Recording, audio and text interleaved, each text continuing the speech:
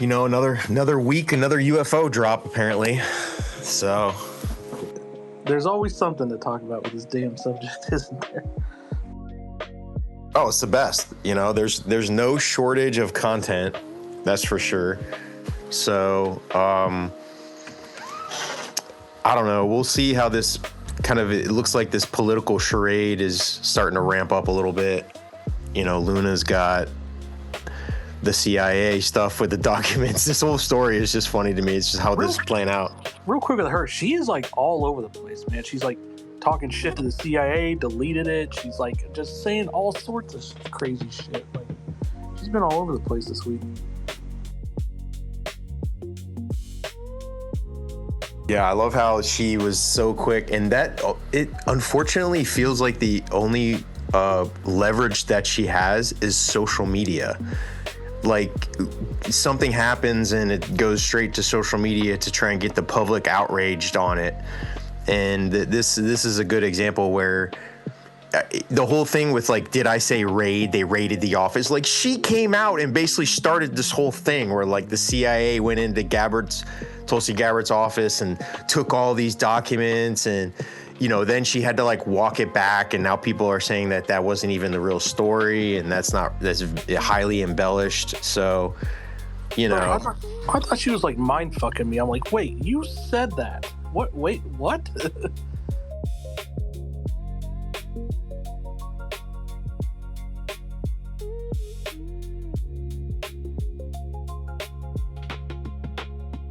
Well, we did just get confirmation, I guess, from Corbell through Luna, which again, bro, like, fuck.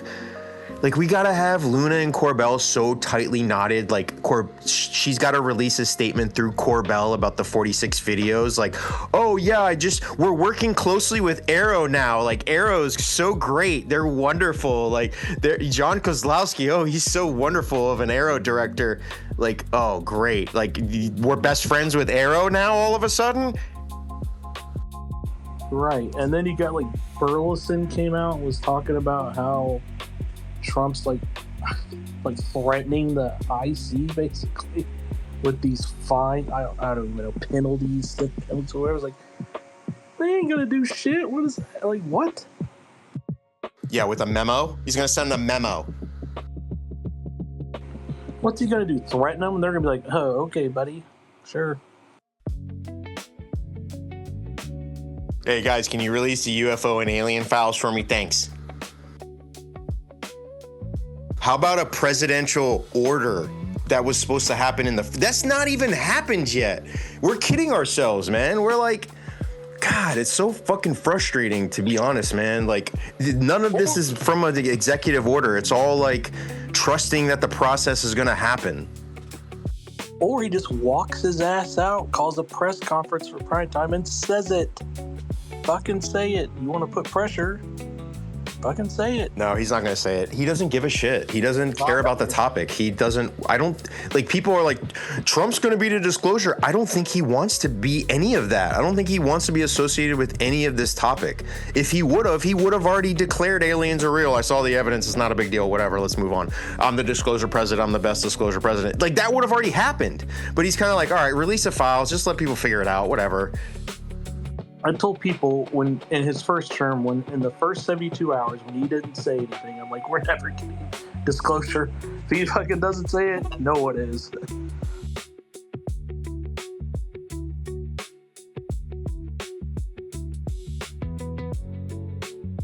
I just think we're gonna have to fight for it. Like, it's just seems like it's gonna be harder than this. It shouldn't be this easy for Luna to write a letter and then we get all the top secret UFO videos are just disclosed, and none of the other presidents have been read in on any of the topic, but all of a sudden, like, Trump's gonna know all the stuff that needs to be released. I just don't see it, man. It's not. Twigs, what's up? Oh, hey folks, how are we all? This is definitely a knee-jerk reaction to another event that's running like in tandem with UFO releases. But why are people so hung up on wanting definitive proof or affirmation on like extraterrestrial or UFO events? Like, it's not the big deal, I don't think. I think it's distraction tactics and slave on, to be honest, because the bigger thing is the fact that we are spiraling towards a like a zero-day event. We are literally on a trajectory of destruction, and people are blind and absolutely nonchalant to it. What do you want? What exactly do you want on UFO and extraterrestrial life? And I will post it in the problem poll. For me, why I think disclosure is a big deal and why I want to see it is because then science and academia doesn't have a leg to stand on to keep ignoring it and not study it, take it seriously. As long as it's unconfirmed or as it is now, they don't have to. But if it's confirmed, then people can put the pressure on scientists and academics, to take it more seriously and study it and stuff. That's for me, honestly. You are studying it. The reverse engineering to extract you from it. They're doing all that. They're just telling you it's different.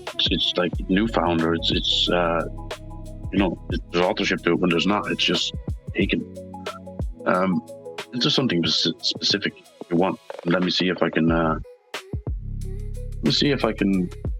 Answer it for you. Well, I think one of the things that is frustrating for me, and I think what you would ask, what would I want? I think a way to explain to people to not have to convince them at all with my words of that alien life or extraterrestrials or UFOs exist. It's that the evidence speaks for itself, that I could show them a place to go where they could look and people can find out for themselves, where I'm not even involved in convincing anybody. But there's enough evidence put into place that a regular person that doesn't know anything off the topic can come in, see the evidence, see the real documents, see the stuff that leads them, and they're convinced. They're like, okay, yeah, I believe the alien life is here now. Like, and I don't have to convince them. Why is convincing the masses prerogative here? Why is that the focus? People, even with this solid evidence, will deny the fact. They will say it's invented, fabricated. It's meant to make them believe that. Like, you're never going to convince the entirety of humanity that this is a thing, and it is a thing. It's obvious, and it's painfully obvious. But yet, you can lead a horse to water, but you can't make them drink. I mean, it's a good point. I guess what's the depth of how you think the alien life is interacting with us, I think, is the question. If there's alien life and, microbials on Mars and stuff, I think people are be able to handle that. But if there's aliens interacting with us and have crashed their materials and they're here in another dimension just watching us along, I think people would want to be curious about that. And especially if people within our government and in positions to know this and are intentionally not telling us this situation. Hey, you have a point. If you can collectively convince people to maintain that conscious thought of the reality of extra-dimensional beings and of extraterrestrial life, you will actually create a situation where it'll become more evidence. It'll be visible. And I'm currently working on that through a different channel. So brace yourself for hearing different pitches to birds singing and hearing different atmospheric noises if you haven't already. I'm not too big on Lou Elizondo, but one of the most interesting things Elizondo ever said that I heard was that the whole prevention of the UFO topic and alien life being here is because if aliens knew that the majority of humanity knew that there was alien life, then they would do something about it. Then they would attack but most of the people are oblivious to it. They don't really care. But if the whole world knew that there was alien life and then the aliens knew that we all knew, then something would happen. And I was like, yo, that's kind of crazy. But the consciousness, the global consciousness isn't there yet where everybody really is buying into the topic or, UFOs being real or aliens or some shit. You're saying he's saying it would trigger something in there. Right. It would then, they're just waiting. There's a very isolated part of the population that knows or really, really believes that there's alien life out there and they're interacting with us and they're close by. But if the whole world knows this, and the aliens, if they were telepathic and all this other stuff, they would know. Then they would realize, oh shit, the humans know that we're here now. and they might do something. That's what Elizondo was kind of insinuating. I mean, it's an interesting theory. It just sucks it has to come from him, but it's interesting. Yeah. Who's this guy? Elizondo? Who is this guy? I've never heard of him. Oh, I can't catch you up on that. Nah. Yeah, just look him up for a little bit, and you'll go on. Brother, you're better not. Just right, like don't even. I'm curious because you're referencing him and he's slating him, so it's interesting. But yeah, another time. It's not important right now. You guys, okay, with the remote viewing, you guys have heard of a particular, should we say, presence of large mountain of cardboard boxes.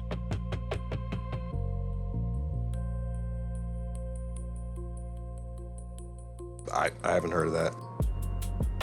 I think his point was that they seem to be behaving like they're doing a reconnaissance or they're analyzing our strengths and weaknesses. That's one of the things that seem to have in common in different sightings and different experiences.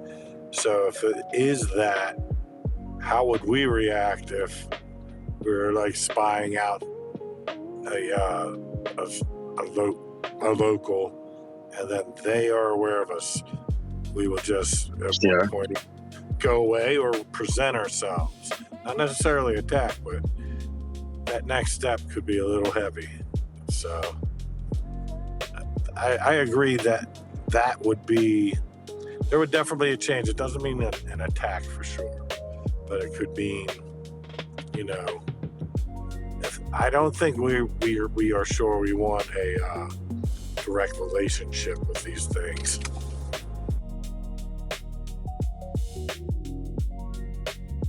Got Patrick and Buddy jumped up here. What's up, guys?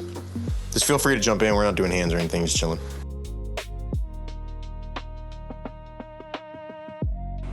Astral, did you see old Dan Farah and put off one? I can't think of the name of the podcast. I know the podcast. Just can't think of the name of it. Doing their whole cloak and dagger bullshit. Yeah, I mean, that's like a double-edged sword. I think it's good to see them on a podcast and a platform like that that's so different from the UFO topic. It's like CEOs and technology and, that area. But I'm not the biggest fan of Dan Farah, to be honest, man. I've heard some bad, not good his reputation even working within Hollywood, and even this little stuff of shutting down the winery thing when they were watching Age of Disclosure, calling and threatening to sue, shit like that is just dumb. And it just I posted on one clip, Paranormal posted a clip where he was talking about the 4 races or whatever, I know the 4, which probably I would say 99%, I would bet it came from Eric Davis, who mentioned the 4 races to Luna that one time, where they're like, oh, there's 4 races. And he's like, I heard it from somebody I trust. You mean fucking Eric Davis is who you heard it from? But even in that 2-minute clip, I mean, my God, they're like, my sources told me, this guy told me, I was told, I was like, my God, how many times are you going to say that this guy told you, or this guy, I didn't hear one time was like, I know for sure because I saw the evidence. None, it never.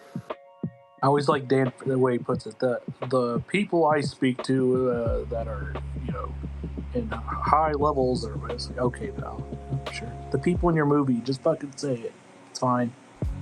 That's actually my video tomorrow. I've been working on it all day. Is that interview, Diary of a CEO, which they actually coincidentally had Lou Elizondo on as well onto that show. But that guy's a good interviewer, and it starts off very similar to most interviews you see about UFOs. They ask the same sort of typical questions, get going. But see, I like that podcast and I like that guy, and I knew eventually he would get to some good questions, and he did. He asked some really good questions. Not that they weren't on the surface these, questions like, oh my God, never would have thought of that. They were very simple, poignant questions and then he just lets them talk. I actually think there's quite a few revelations from the interview that I found to be exciting. And he even even through everything he hears throughout the whole thing, at the very end, he's still like, yeah, I'm still skeptical. I got to see the evidence, because as Astral pointed out, the entire interview is based on Hal Puthoff and Dan Farah believe that aliens and their craft are being held by the United States government. And they do mention other governments as well, but mainly focusing on the United States government, that we have that stuff. And the reason they believe it is for what Astral just said. People told them. And to them, why would so many people lie to them? That's according to them. Now, I would separate Hal Puthoff and Dan Farah. Dan Farah is a Hollywood filmmaker, and Hal Puthoff, worked for the CIA and many other organizations. So, it almost feels like Hal Puthoff is his handler in a lot of ways, like in a weird way there. But regardless, he gets them to basically admit that they're not actually open-minded to just any idea. So they contradict themselves a lot in the interview, and I don't want to take over here talking. So you guys, shut me up if I'm going too long here, please. But I'll just say this real quick. Two points that I'm bringing up in my video. One is he gets them to admit that they're not open-minded to the topic, meaning he basically just asks them, "Could you be wrong?" Right? Could you be wrong in all of this? And they go on a 15-minute babble fest about how they're essentially, well, it's not about me being wrong or Hal being wrong, right? It's just about all these people lying in this, and it's a amalgamation of all the evidence, and that's why this is true, and this and that. So they never once admit, okay, there could be another truth. So what does that say? In my opinion, you're working from a place of bias at that point, right? You're no longer looking for the truth. You're just trying to promote a truth you have long since accepted without ever seeing any evidence or proof themselves. Only the biggest mystery in the history of mankind, you're relying on your best piece of evidence is, why would he lie? Quote, right? That imagine that in court.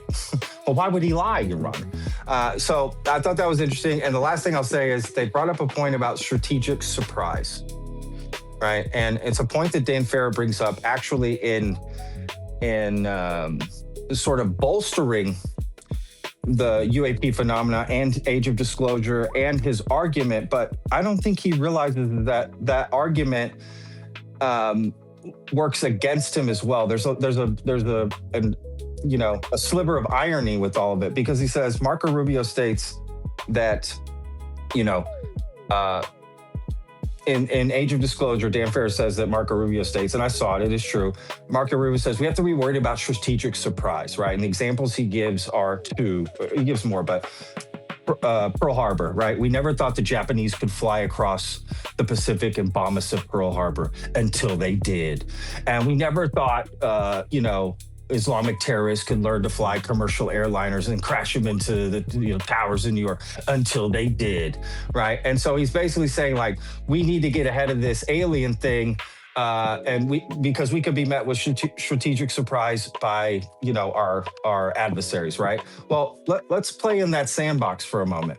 You see, that also works against the argument, because, well, if the whole idea is we didn't think Japan could fly across the Pacific to land at Pearl Harbor or the Twin Towers, 9/11, well then, how often have you guys heard in this community people say, it's not Russia and it's not China. We know for sure it's not them.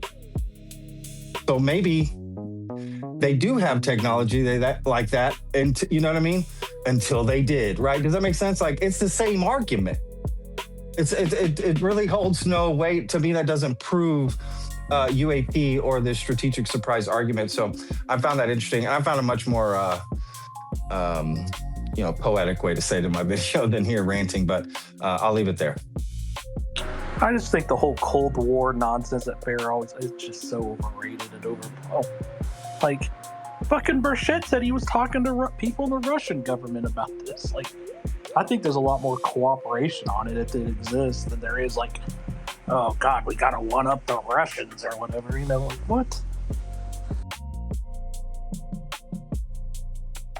Well, Burleson's a good example too. He saw a clip today. He was even like, I still don't believe it. He's like, I'm still a very big skeptic on this. He was talking about the pastor meeting in which he said something, and at the very end, he's like, I still haven't found anything yet. Or like, I still haven't found the smoking gun or something like that. And you know, I think that it kind of holds true in a way when you start looking at everybody who's sort of looking in this from the outside, not from the inside who's saying they have had access or that they know the legacy program, but on the outside, people are just waiting. I think the frustrations are going to just start mounting quicker because it just feels like people have a less of a tolerance for, you know, being strung along all the time. And I'll tell you what, if these 46 videos don't do well, or they're not conclusive at all, or they don't ever come out, like we're having Corbell and Luna and Burleson saying, oh, the 46 videos are going to come out, but I honestly don't think like that's a guarantee at all. It doesn't seem like it to me.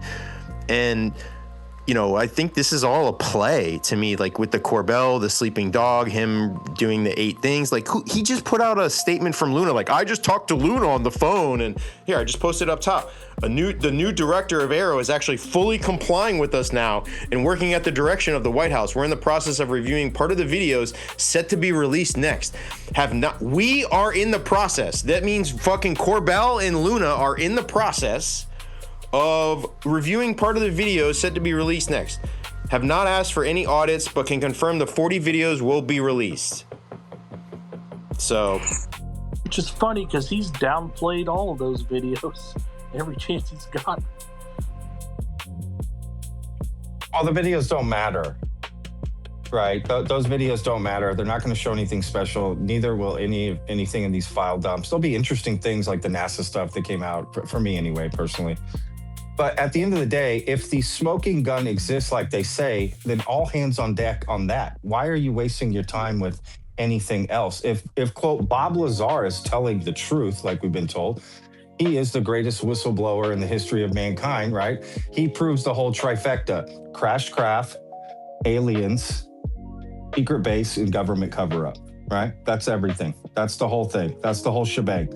And if he's telling the truth, and Jeremy Corbell and many people think he's telling the truth, why are you just not focused on that one thing? It would prove everything, right? Why say anything else? You know, I just watched the Luigi interview on The Basement, which, by the way, is a great podcast. People should check that out. With from the Y-Files.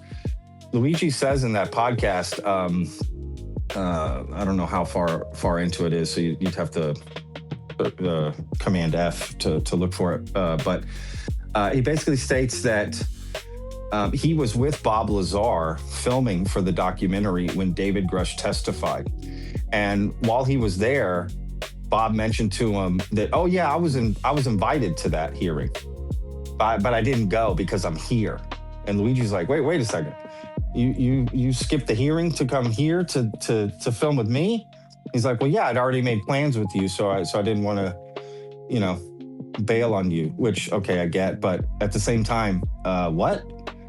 Sorry. Wait, who was that? What? Who said that? Luigi, the director of no, but S4, who told him right? that he was... Sorry, say that again one more time. Bob Lazar was supposed to be... Bob Lazar, it was Bob Lazar. That's what I'm talking about.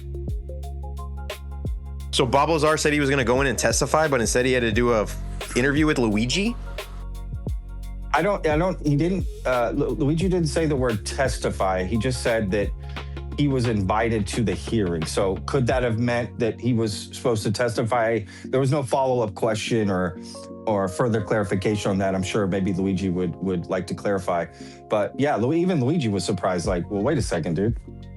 You know, maybe you should go to that. You know, like they're inviting you to the hearing. But yeah, he said he didn't go because, well, he'd already made plans with Luigi and he didn't want to bail on him. And okay, I get that, right? There's a level of loyalty there. But at the same time, I think Luigi would have understood, right? Like, yeah, I need to go to this monumental hearing. I'm assuming Corbell invited him to go, but my whole point is, if the smoking gun that exists like Bob Lazar, right, and he admitted on camera in the Sleeping Dog interview, he has a piece of Element 115 that he took, right? I know people would say, Patrick, you've been saying that for years. No, he hasn't. Show me a clip before the Sleeping Dog documentary where he boldface outright claims he has a piece of element 115 and he took it. He talks about tangentially things, and George Knapp has talked tangentially about things, and other people have said other things, the test, this, that, but never once on camera has Bob Lazar admitted that. So he's admitting that he took a piece of what he claims to be alien fuel, right? A stable isotope of element 115 from a secret military base, stole it. He's walking around with it, has no idea if it's true, which I don't believe it is, but just playing in the sandbox of it being true. He has this potentially atomic device. We have no idea how it interacts with the world outside or his house, or how he's keeping it, or what it could do, or what if other adversaries stole it from him. Yo, wasn't that the like, reason? What are we talking about? Wasn't that the? I thought he brought it up in the Corbell documentary, and that's why they raided the house the next day or something. No. He brought that up. So yes, he's been raided a couple of different times, and Bob Lazar has insinuated that it was to look for element 115, right? But that's not what the paperwork says, right? They were there for other reasons that had to do with United Nuclear, and I think the last one in particular was stuff he sold to somebody he shouldn't have sold, right? So they're tracing it back to him. But regardless, there's always that conspiracy line where people say, yeah, well, that's the official word, but really they were there for the element 115. So let's continue with that. Let's play in that sandbox again. So if that's true, you think the FBI is just going to stop? You have this alien fuel you stole out of the most secretive military base in the world, and we're just going to stop? Well, we didn't find it on the first try, so we're just going to stop now. Right. So they should be raiding him any time now then, right? Since he admitted it on camera. Like, again, why isn't that the pure focus? Why are you trying to get out videos that are birds, balloons, or shit we just don't know what it is? It'll forever remain unresolved, and people are going to argue over if it's a parachute or this or that. It's not an alien spacecraft. I just don't understand why, if this real evidence exists, why all focus isn't focused on that. If you're a UFO researcher and you believe Bob Lazar's story is true, why would you work on any other story? Why would you not just be focused on that and getting that out and getting Bob to testify? Facts, right? bro. And then evidence, right? Like all the evidence surrounding Bob, S4, everything, all hands on deck. But see, that doesn't happen. I think a lot of the truth is right in front of us, and it's right under our noses. It's just sometimes hard to accept. And George Knapp said he advised Bob not to testify, which is crazy too. Correct. Totally crazy, dude. And he told him he doesn't owe anything to the UFO community. Well, wait a second. What do you mean? First of all, what does this have to do with the UFO community? I thought it was humanity, right? I thought that, like, freedom, we deserve to know. Right? Like, he doesn't owe anything to the UFO community, yet he's going to put out a documentary about his story to the UFO community for them to buy it. It's frustrating. Bro, if he had that shit, he'd be at a CIA black site in like Uganda or somewhere by now. He ain't got that shit. Of course he doesn't have any alien fuel, right? Like, exactly. Like, he didn't steal any alien fuel from... Just think about it in logistic terms. Switch out alien fuel to, secret battery technology for a man-made object from a secret military base. Imagine someone stole that. Think how far they would get, right? Like, doesn't make sense. Enriched uranium, you could even say that. Something we know exists. This is literally the plot for Disclosure Day. But yeah, what's up, buddy? Hey, brother, thanks for the space. Thank you, Holiday, for co-hosting. Thank you, everyone, for sharing your thoughts. I think we're left with making a lot of assumptions, and our assumptions could be wrong. And I think if you look at a lot of very reasonable, very logical reasons why there would be a bunch of different competing interests involved in this stuff. Of course, they're going to be covering black projects of the highest national security level.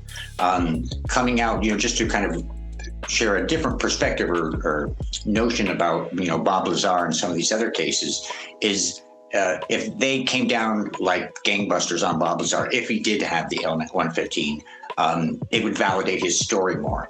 And essentially what I think a big hindrance to us is several different aspects. One is, of course, there are I guess, a convergence of black projects and national security secrets here. Of course, there's going to be technologies that are much more advanced than the public knows about. But then let's just make the assumption about the extraterrestrial hypothesis. From the Drake equation and many other very sound, pieces of science, it seems pretty obvious our universe is likely more like a rainforest than a desert. And even, the Brookings Institute did a study about revealing extraterrestrial life to the public, what would happen to society. And the conclusions were very negative. So you could understand a bunch of restraint with information if they have this extra information, which I'm, very soundly convinced there is a lot of very strong evidence that we're just not allowed. And it's kind of almost illogical for us to assume we're going to get from Congress, from an investigation about this topic, that's going to be any different than all the historical investigations that the leaders of which came out afterward and said this was a disingenuous investigation, it was obfuscation. And so, I think realistically, to get to the truth in this, we're left making a lot of assumptions, but it's very reasonable to keep an open mind about alternative possibilities and motivations we might not think about, or prioritize. I think a lot of these people have deeper information and access and understandings than they're allowed to speak about. And I think, there are parameters in that make a lot of sense. So I think this topic is super important on all the different levels, from the mundane to the more extraordinary. This is, to me, 1,000 Galileo moments. The technology, the importance of it, even if you just look at the black project side, to have a craft that does what there's a lot of evidence to prove they do. And that's the limited amount we're allowed. We're not given the corroborative sensor data from the Nimitz incident. We're not given the radar data from many other cases in the corroborative science. But if this super advanced propulsion systems is true, this defeats the nuclear kind of standoff that happens. It's a first strike kind of weapon that could, undermine nuclear deterrence. And, weaponizing of some of these technologies and more transparency, I think, is merited. But you would understand that if this deeper reality is true about advanced intelligences, they would have studied it deeply. They would have had a plan as how to disclose this to the public, because this is fucking shocking reality, But I certainly think it's in our trajectory of understanding to know these things. We founded organic molecules on the asteroid Bennu. We see all these other evidences that make the Drake equation much more leaning towards a tremendous amount of life. So, I appreciate the skeptical perspective, and it's merited, I just want to push back on one thing. Like, if they do the whole thing at Lazar to come and get him, I don't know that necessarily validates the story anymore, because they came from McKinnon. They were trying to extradite him and put him away for life. And all he's talked about seeing is UFO stuff, right? If they got Lazar, you could bet your ass they would frame it in a way where it's just like he violated his security. Well, something. So I don't know about that. And if he had this shit, like, they would get him no matter what the optics of it would look like. If he has the fucking element 115. I think we should set the pressure, though. Like, one of the things that I think should happen more is, like, putting the pressure on. So, while people are like, oh, we need the Whistleblower Act and we need all this stuff for the whistleblowers to come forward, and we've got NDAs in place. We can't really say anything until they're released. I think somebody needs to pressure the issue to be like, okay, I'm disclosing classified information. This is real. Are you going to send me to jail and confirm it, or are you going to let it slide? 100%. I've been saying that. And quit coddling these people, too. Ask hard questions. Make them fucking talk. Like, they may not, but at least try, like you said, put the pressure on. I mean, yeah, I'd also like to just push back on that idea that it would prove Bob's story if they went after him. Well, Bob has claimed many times that they've gone after him. So and many whistleblowers have claimed they're threatened, harassed. So that argument for me doesn't hold water. If we're playing in this, let's use logic and reason, which I think you kind of have to throw out the window, because if we use logic and reason, we're not even going to have half the conversations in here. From my viewpoint. But yeah, just that argument that would prove it. And let's say that that's true. You think that the government is going to take a risk with alien fuel out in the wild because, well, if we go after it, it'll prove the story. Hello, again, if that's true, how would you know how this alien fuel would react? Like, it could literally start World War III. You don't know the percentages of anything, of anything. You don't know how it's going to react to, you don't know what Bob's going to do with it. What if he's going to sell it? Again, like, that argument just doesn't hold water to me. But what about the over 100 victims referred by OSAP, military cases that were referred to, scientists and neurologists, Kit Green and Gary Nolan and others that had horrific medical, results and, injuries, over 100, and they were described as scientists, engineers, and special forces operatives. I think there's different levels of response from different groups with different agendas going on at different levels. And of course, I'm not, saying that would be the reason why they wouldn't go after Bob Lazar. I was just making a statement about, we're making a lot of assumptions, and there could be other things going on as well, too, amidst this. I think so much of the info were just denied. So we can't say the info is not out there. I think logically it would be denied for a bunch of different reasons. There's so many great cases where we don't get the extra corroborative data.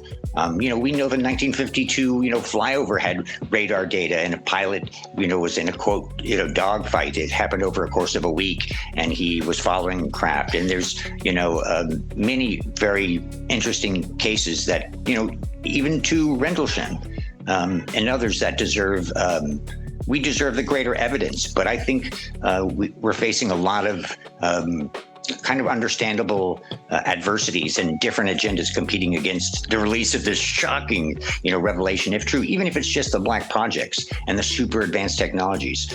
Those revelations will cause, huge uproar.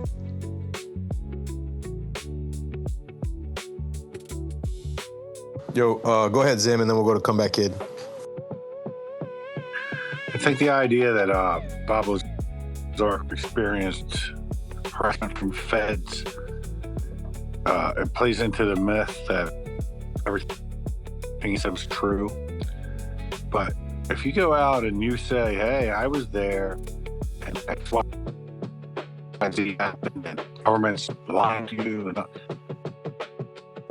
you'll pay some fed attention as well, even if you're lying about it.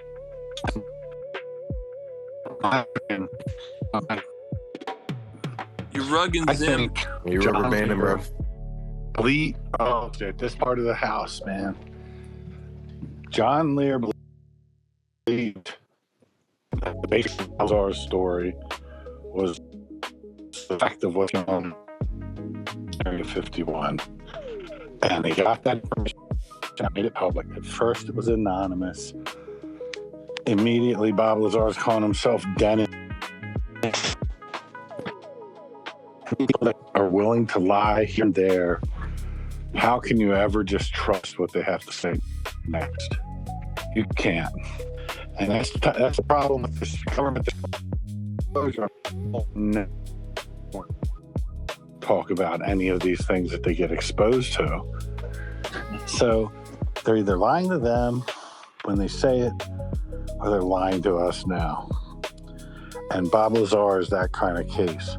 So any kind of secondary evidence, government people harassed him, he had income tax issues, this happens, that happens, he gets arrested for, it's not going to prove that what he was saying was true. It's just not. People don't like to be lied about as well,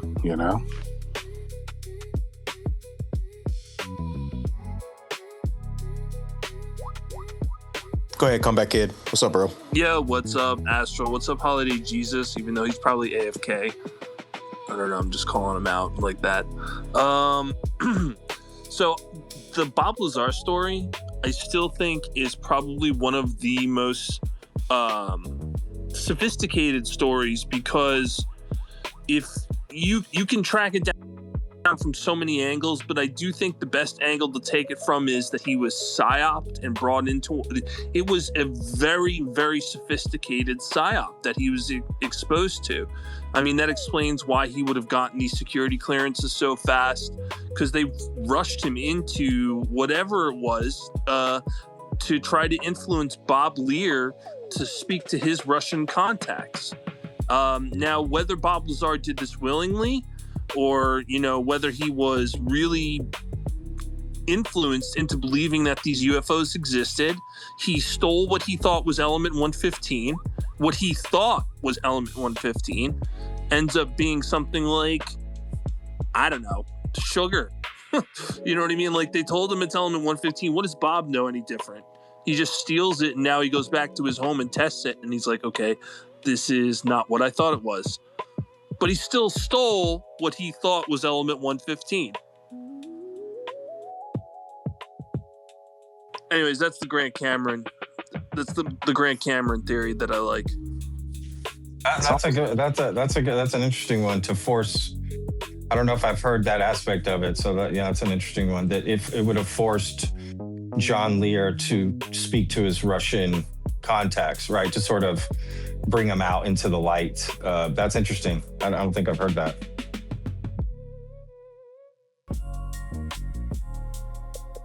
It just feels like he was a useful idiot, honestly.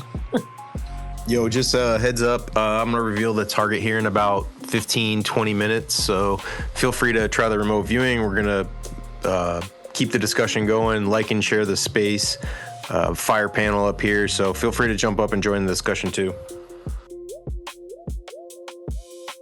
Experience, what's up, man? You jumped up here too. What up? Yo, what up, y'all? Just to touch on what y'all were touching, I've never been a Bob Lazar believer fully. He's just always been one of those cases where it's just kind of like, I don't know what to do with it. It could be bullshit, could not be, and people will argue to the death one way or the other. And to me, it's just one of those things I kind of put to the side until something that pops up that's verifiably true, that he said that he experienced while he was working there, is a real thing and provable, fine. But other than that, like, I watched the Sleeping Dog documentary, and he was definitely in there with John Lear, who's batshit crazy. But a couple of parts of that were funny. It just seems like Bob was kind of clowning John for the soul catcher thing on the moon. And it's funny to hear someone like Lazar saying, yo, you're fucking crazy, what you're talking about. And you're looking at Lazar, you're like, well, you said some crazy shit too. Like, I don't know, I thought it was funny, but the Sleeping Dog, have we talked about this documentary yet?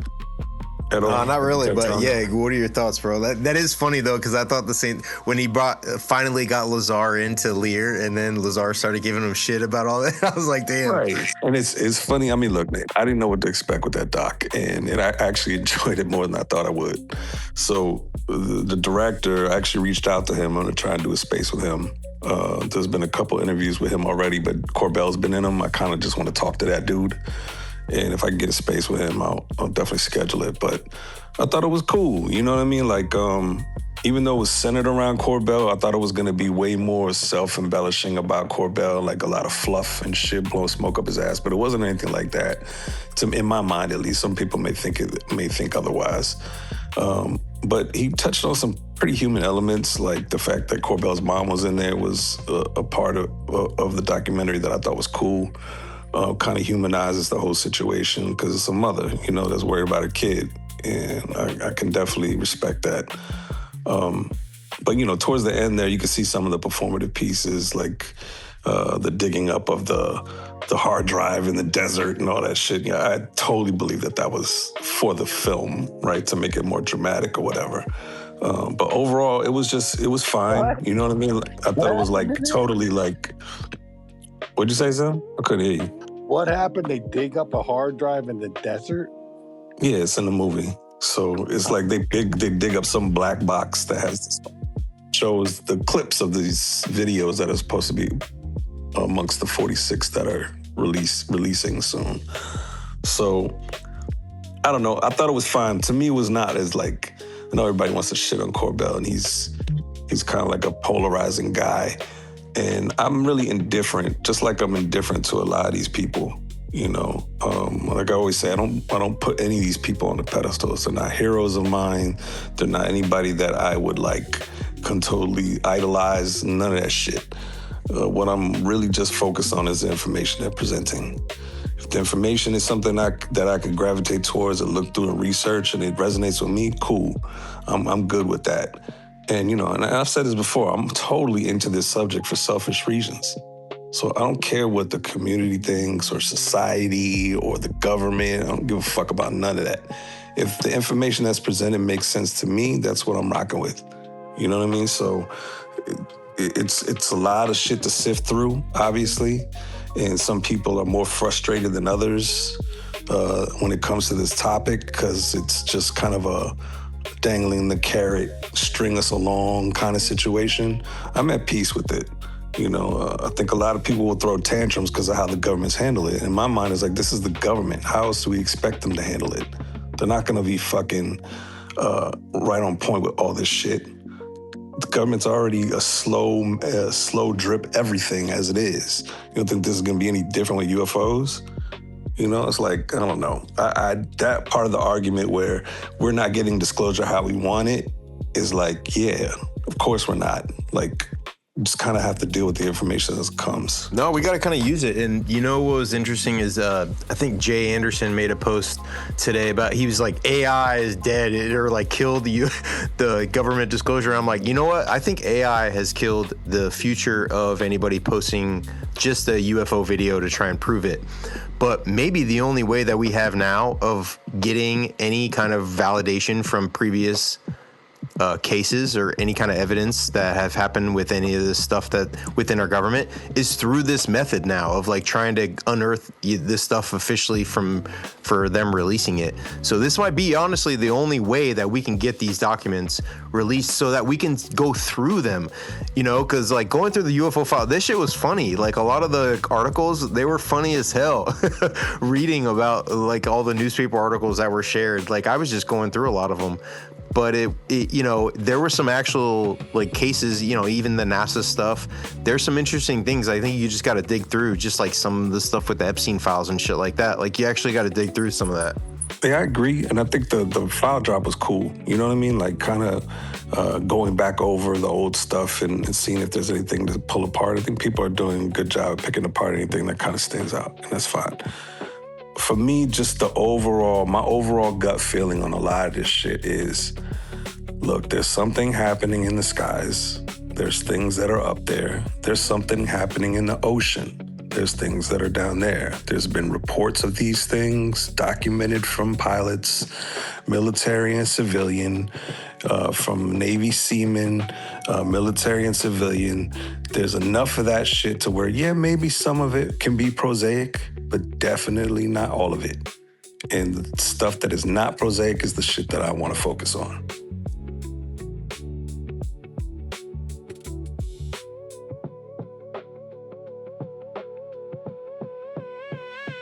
I mean, not to throw a wrench in that, I do agree with pretty much everything you said, Experience. I'm not trying to be a dick here, just to play devil's advocate just a little bit, make it juicy here. I would push back. It is still possible that all these things are prosaic. I'm not saying the probability is high. I don't think there's any way to calculate the probability, but if we are to say, well, I'm open-minded and we're open-minded and let's be open-minded, then that is one of the possibilities. Look, if all of them prosaic, I would be surprised. And I'm only saying that just because of sheer volume. Not because of anything recent. I'm talking about decades worth of people reporting shit like this. I mean, so just off sheer volume, yeah, thousands of years, if you could put thousands of years on it, and globally, not just the United States. I agree. I 100% agree. I'm just saying facts-wise, like I also would be surprised, if I'm being honest. even though I just said that. Like, I'm not saying I believe that. I'm just saying that is one of the possibilities. And if I am truly to remain open-minded, I can't close any doors, no matter how crazy they sound, because that argument works for everything. That also works for aliens. I also don't want to close the door that these sightings, however small of a percentage it may be, is something, you know, supernatural, right? So I'm with you, and I agree. I say that constantly. To me, these stories and these accounts go back thousands of years across cultures, race, ethnicity, different class systems. You know, that's a lot. I would be vehemently surprised if we just found out, you know, humans are just crazy, or it's just, you know, us misidentifying all this stuff. I totally agree, but I do keep it as a possibility that it is an explainable thing, because I do also keep in mind the God of gaps, right? The absence of evidence isn't the evidence of absence. So, you know, we've been filling knowledge, right? We've been naming knowledge of things we don't understand with supernatural things for a long time in humanity, right? Across societies. And that could still be what's happening, because we don't have everything figured out. But I agree. I would be very surprised if there wasn't something other to our reality that's happening right in front of us that we don't understand. I think, look, there's a lot of filling in the gaps here with mysteries like this, with a lot of questions like this, a lot of biases, and people lean one way or the other. It's natural, right? You have a strong belief on something, you think this is happening, this is what's going on. I try and stay away from that, because honestly, I don't have all the details. I don't have the proof. I don't have all the evidence, but I'm looking for it. I'm looking for what stands out, you know? And if it's crystal clear in my mind that there's something there, even then I will still be like, well, maybe could be something else, right? Like you said, the prosaic thing. I totally have that on the table. But when you start drilling down to some of this stuff, a lot of stuff just either doesn't make sense or starts making sense, that there's something happening that's just not being addressed or tackled fully. Like the corroboration between witnesses of these phenomenon who are not interconnected at all in any form of government or any kind of, you know, just completely random people that are seeing the same kind of thing. You kind of put that to picture together and you start formulating, okay, well, there's something happening here. I don't know what it is, but something. These two people don't know each other in different parts of the world. They're explaining, or, you know, they're seeing the same things. Data point, you know? And from there, you just kind of build off the momentum of anything that comes from that. So, like I said, I'm like nowhere near we have the clear pictures. Declassification, obviously, is something that's kind of new right now. And if we get these videos and it shows some crazy shit, cool. You know, I'm still going to be looking for some crystal clear 4K shit, which we probably won't get, but that's what I'm looking for. They said it exists. That's what I want to see, you know, but I don't know. I'm here for it, man. I'm here for the ride. A lot of people can feel free to jump off this train anytime they want. I've been into this thing since I was a kid, so. Let me say that I have seen with my own eyes the B-52 video with a craft coming up, and they were looking out the window and got a video camera and took the video of the craft, and the grays were in the windows looking at them. So that's not enough for me. We need that video. But it's not enough. It's not enough. Videos and pictures are no longer enough. We have to have other data that's not pictures and videos that says, with the other data covering different parts of the spectrum and different parts of the mechanics and all this other stuff, there ain't no effing way this is not something odd. We need this other data. And let me tell you, as an intelligence officer, if I came and had a little dot and put it on a general's desk and said, General, we got to go handle this because that little dot right there is the enemy, they would fire me. Yeah, I was saying this the other day too. Like, even if someone were to video a craft that was landed took off, did a bunch of crazy shit, and then landed again, nobody's gonna believe that shit. People will still push back and say, nah. Even if it was filmed live, motherfuckers would be like, nah, that's AI or it's CGI. It's just not gonna, like you said, Bob, even with that video, people are not gonna be satisfied. And It would have to be multiple No, people. and I'm not. I want to see something that's not possible by human engineering and science that we know. And then we've got something solid. Irrefutable. That's exactly what I was just thinking too. Hey everybody, how's it going? I just wanted to chime in real quick and basically say, if we you can easily make a projector on a window or make the window a TV screen, right? So just because you see aliens in the cockpit doesn't mean it's aliens in the cockpit. Exactly. Even back then, they can put stuff in a cell.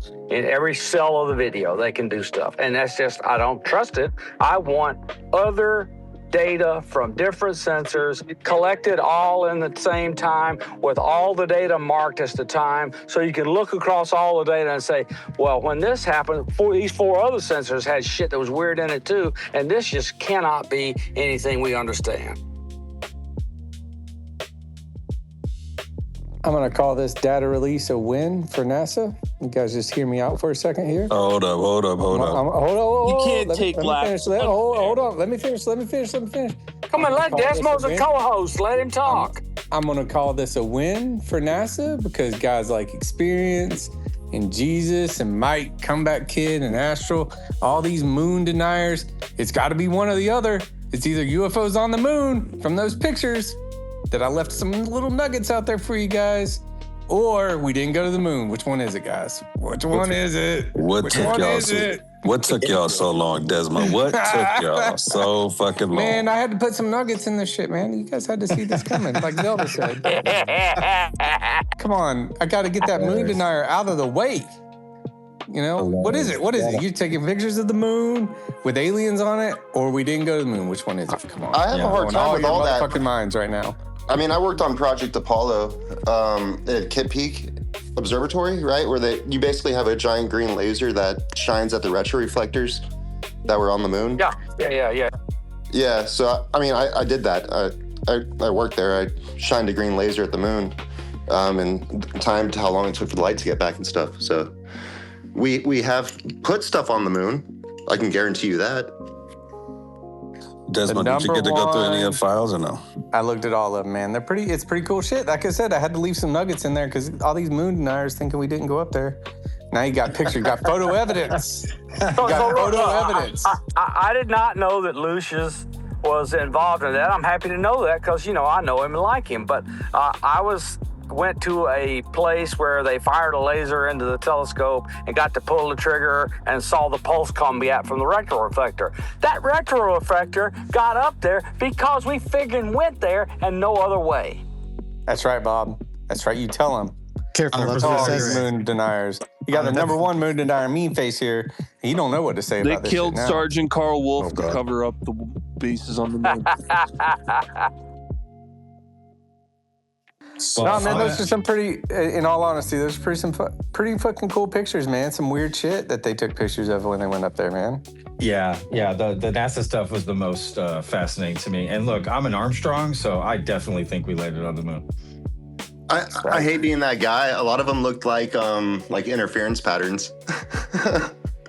And then some of them might have been when you compress a video, like compression artifacts. Yes. It did look, some of it looked like compression artifacts. However, a lot of that stuff was taken before that kind of compression was done. You didn't have video compression in You didn't have it back then. No. Well, that was the thing, right? So when they show the original video, it doesn't have the UFOs, but then when we show the photos, essentially there are compression artifacts that are in there. They took video cameras and standard image cameras up there.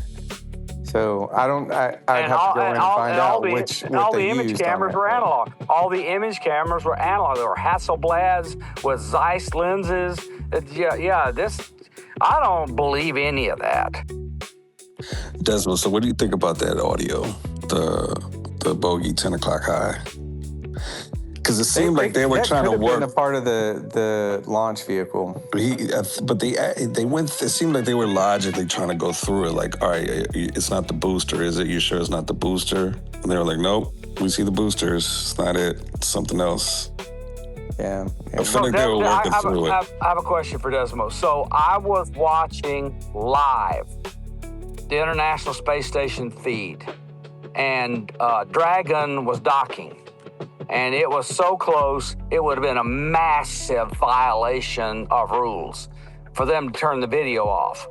And right behind the Dragon, about 20 to 30 meters, a triangle craft flew right behind it, clearly visible, parts of it illuminated. It was there.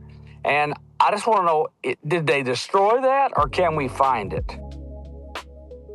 I think all live feed, if it was broadcasted, it's still available on the internet. Oh, there you go. I just got to go find it, because that is, I went, holy effing mackerel, I now believe in triangle UFOs. Bob, didn't you see a picture of one come out of the water, right, once? Or a letter talking about a triangle UFO coming out of the water? A letter. So what I saw, on the USS Blue Ridge, was we were in the eye wall of a typhoon. And the Blue Ridge is the flagship of the 7th Fleet. It's not a tiny thing. And all of a sudden, I noticed that with 50-foot seas and 90-knot winds and rain everywhere in sight, no rain was hitting the ship. So, I don't know. Okay, so anyway, so I said, what is going on? So I walked up and looked through the window and noticed, as I was looking up, that there was a glow above the ship. You couldn't make out structure, but you could see the glow. So I turned around and asked the crew, I says, hey, we got anything on radar or other instruments? They went, no. I says, man, you guys better come up here and look at this. And as soon as they started walking, the whatever it was got very bright and just took off straight up, leaving the little swirly winds that comes when something moves through the atmosphere quickly. And I went, damn, that was a UFO that was bigger than the USS Blue Ridge, which was over 400 feet long. I mean, it was amazing. And I talked to the intelligence officer, and I talked to the captain and all this other stuff. I says, is any of this classified? And they went, is what classified? And winked. They didn't want to hear about it. So I just tell the story every time I can. Wait, can we rewind for a second? You said you saw the video of the B2 video of... Yes. Yeah, the alien pulling up, and we saw the fucking... Yes, I saw craft. the video. I was at the National Reconnaissance Office, and somebody called me into their office and said, what the hell do you make of this? At the National Reconnaissance Office? Are you kidding me? No, I'm not kidding you. Why would I lie? Okay, so can you go over the video? That's fucking wild. Signs, Bob. Well, I didn't see much of it. I mean, it was just a few seconds of, can you believe this? And he showed me through the window the craft with the grays inside. I saw about 15 seconds of it. And then I went, ooh, wee. He says, yeah, maybe you better go back to the conference. I'm not supposed to show you this. Can you give us some context to like how old the video was, what kind of device it was made with? No, I can't because all I saw was a computer screen. I saw it on a computer screen. Did it like, were they waving? Were the grays? Yeah, what did the waving? grays look like? Gray aliens, they weren't waving, they were just staring with expressionless, emotionless, just like they always are. Like the Skinny Bob kind of, like... And was it Dr. Scalise? And this guy just showed it to you, like out of nowhere? No. He knew me. He knew me really well. He says, what do you make of this? And you're supposed to turn left right there. Right here. Turn left right here. So that's the video Coulthard's talking about. Yeah. To me, it is. I think they're the same videos. Ross and I have not consulted with each other. I haven't talked to him in quite a few weeks. There's other people. 46? There's other people that have. I talked to someone at the Fox thing. We gotta get this video. Come on. So listen. I was not the only person in the room. There were 5 people in the room with whoever I visited that saw the video, and I don't even know who they are. Was it a disc craft? Or? Yeah, it was like a lenticular UFO Gotcha. with a windshield, and the aliens were looking through the windshield, or whatever you want to call it. Sizing them up.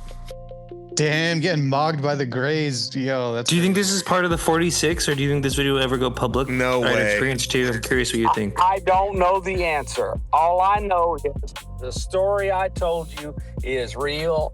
I couldn't tell anything about the video. There were no markings on the screen. He says, look at this and tell me what you think. Bro, the 46 are the 46 in the Corbell's fucking folders of his fucking UFO folder. Since we're here, experience. How did the person who told you they saw, like, how did they relate to you? What was the setting with which they saw it? The guy was ex-military. He had a clearance, and he said he saw that video. Same shit that Bob was saying he saw. So in the National Reconnaissance Office, it's part CIA, part NSA, and a bunch of military, mostly Air Force. There was a military guy there who was an officer who was definitely Air Force. Do they still fly B-52s to this day? Yes, they fly B-52s. That's still. But now B-52s fly as high as they can and drop guided munitions, and they're. I know what they do. I was 500 meters from 500 pounders dropping on my ass in Afghanistan. And the special forces who were with me, they were lasering the targets and calling that shit on top of us. My ears hurt for a week. They drop the bunker busters, don't they? Wow. So was the video filmed? I mean, I know you only saw 15 seconds. It was through a window. There's maybe a lot of, but I'm sure many people are wondering, how was it filmed? Like from a pilot or co-pilot in? No idea. Crap, all I saw was a video. I didn't see any text. All I saw was this is weird. That's all I saw was weird. Yeah. So it's maybe a handheld camera inside the cockpit. It's maybe a personal camera or something. It looked to me like a window in the side of the fuselage, but I just didn't have enough time to really analyze it. Sure. And you just saw it the one time. You didn't see it multiple. No, only one time. That's the only time I saw it. And I didn't want to go back and ask him. Yeah. Is it possible they were doing some kind of hazing, you think, or any kind of disinfo on you there? Again, I cannot rule that out. I'm only telling you what I saw and where I saw it. All right. Was there any motion? Like, did they move at all, or was it just like literally Grays like staring at the B-52? Oh no, there was a little motion in them, but it was like 15 seconds of them looking and doing whatever. They were not waving or jumping up and down. I'm about to say, do you think the Grays are going to make like gang signs and shit? Yeah, but they were moving inside the windows. Yes. Flipping the crew off or something. They did not flip them off. That's what I thought happened. Like, how obvious was it that they were Greys? Is it like the Turkey UFO video where people say they see aliens, but you're kind of like, well, I don't know. Did it seem ambiguous or? You got to be kidding me. The fucking thing was 50 feet away. You could make them out completely. The Greys came up and said, yo, this is our turf, bro. Okay, right on. Were they smoking a cigarette? No, but they were looking cute. They gave the middle finger. They're like, yo, with their 3 fingers, they just held up the middle one. Do you want to take him to breakfast? I want that video. Very. I want to see that. You I want to see know, this too, man. I don't even want to. They lifted up their shirt. Sorry, I had to jump in. Oh no, Astral, you said Coulthard talked about this. I missed this. When did he talk about it? Recently or a while ago? He put a tweet out, right, Astral, like describing it. Yeah, he's talked about a couple of the videos, and that was one of them. Yeah, he put a tweet out describing like 3 or 4 videos, and that was Vetted, I think you put it out, and you were like, I'm tired of this shit or something. Yeah. I was. You think they just wanted to see signs pop up close, like the man, the myth, the legend? You know what I mean? And they're like, just don't let him near your wife. Like, all right, Patricia and I are home, and I Thank you, Science Bob. No problem. Anytime. Happy engagement, bro. Thank you, man. She is so cute. I can't stand it. Bye. Oh, and congrats today on the Congrats. Davy Jones thing. Hell yeah. Say hello to them. Hello, everyone. There you go. Hello, you're a lucky lady. Congrats. No, I'm the lucky man. All right. Talk to you later. Get this goddamn video out already. Somebody. Sounds like the holy grail of videos if it's as described. I mean, 50 feet away and you can clearly see Grace. Like, yeah, shit. I mean, if it was shown in the skiff and it's going to be released, that's what I want to see. I mean, at the end of the day, you know, however that ends up being out, all these videos that everybody's fucking seen, you know, I just want to see that shit. Man, fuck these other videos. Show that shit. And you know we're not getting that shit. Like, I think we all know deep down we're never going to see it. How is it Corbell has it though? Right? Like, is that like a smoking gun? There's no way he has that. I don't think so. Yeah, we don't know if he has that particular video. No, Like, who's the one bringing Science Bob in, showing him? He's like, hey, Science Bob, come on in here. Let me show you the alien fucking pull up. What's up video? Well, this is an old video though. It's like a YouTube link. This is back when he said he worked at the NRO, which I know was a while ago. So, But how old do you think it is? Like, and if it is such an old video, what recording device were they using in that B? That's what I was asking. I'm speculating 90s. And if it's the 90s, then it would be cool to watch because there's not much CGI you could do with shit from the 90s. But then, you got a big ass fucking shoulder mounted fucking camcorder making a video like that. Did they take videos up like that into fly around? Like, do people, you know what I mean? Were people flying around with big ass B-52 is a big ass airplane, but it didn't have to be one of those shoulder cams. It could have been one of the smaller hand cams that was around in the 90s. Yeah. Experience, was it Lenval Logan, bro? Was it Lenval Logan? No, it was not him. It was somebody else. I would tell you if it was Logan, and Logan would probably say himself that he's seen that shit, but that was not him. It was this other guy. I can't really say though. Them motherfuckers, those B-52s fly really fucking high. I think 60,000 feet, if I'm not Did you say B-52 or B-2? B-52, 5-2. B-52, Love Shack. Those motherfuckers are supposed to be flying for like till the 2060s. They're not retiring them things anytime soon. They're still dropping bombs. It's so fun to know videos like that are out there, and we're just gonna get like specks of shit. So a UFO. So if I'm trying to understand the situation, a UFO came flying up next to them, or was tailing them, and the one guy in the plane was like, "Hey guys, luckily I brought my camera. I'm gonna film this real quick and get the aliens." And then he unloaded it, turned it in. It might be an ISR B-52, right? They might have mounted optics on them, like nadir and zenith portals and shit. But okay, got it. I don't know that for sure. Don't quote me on that. Would those platforms show something clearly? I mean, cameras were pretty good in the 90s. Well, also, don't B-52s, aren't they like nuclear arsenal? Yeah. Right? Yes, the B-52 crashed behind my house in the 60s. They used to have pilots and crews up 24/7, many B-52s at once. I had a design flaw where the tail would just rip off of them. So I can see lots of reasons to have cameras on B-52s. That's what I was thinking too. If they have all their nukes. And change them as the fleet flew 24/7 as a preventative measure of first attack by Soviets. So yeah. Remember, I'm sorry if we don't have a date for it. If it was back then, yeah, it could have been some film footage, you know. Well, just a month ago, remember those mystery drones over that base in Louisiana that has a bunch of B-52s, nuclear armed B-52s. So that's why I was saying, like, oh, you know, a UFO around a nuclear armed airplane isn't too far fetched. Astral, we'll probably get the video and there'll just be a giant redacted block over the ship. Am I the only one thinking that the Disney was making like animatronics of Greys? Or isn't there a story about that? Anyone? Or no? There was a guy named Kimball Ward who was an animatronics maker for Disney way back in the day, and he was obsessed with UFOs and aliens, but I don't know if he ever made one. I thought that was like a story that's in the. They made like a ride that was like the extraterrestrial or whatever, and they made that shit scary as hell. I remember that. Yeah.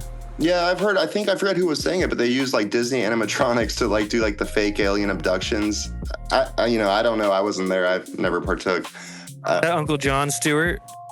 Honestly, I have no idea. It's just like what's coming to mind when I'm thinking about how to fake what occurred. Like maybe like it actually did happen, but how could you fake that? Kind of like what Science Bob was saying. Like there's ways to fake it.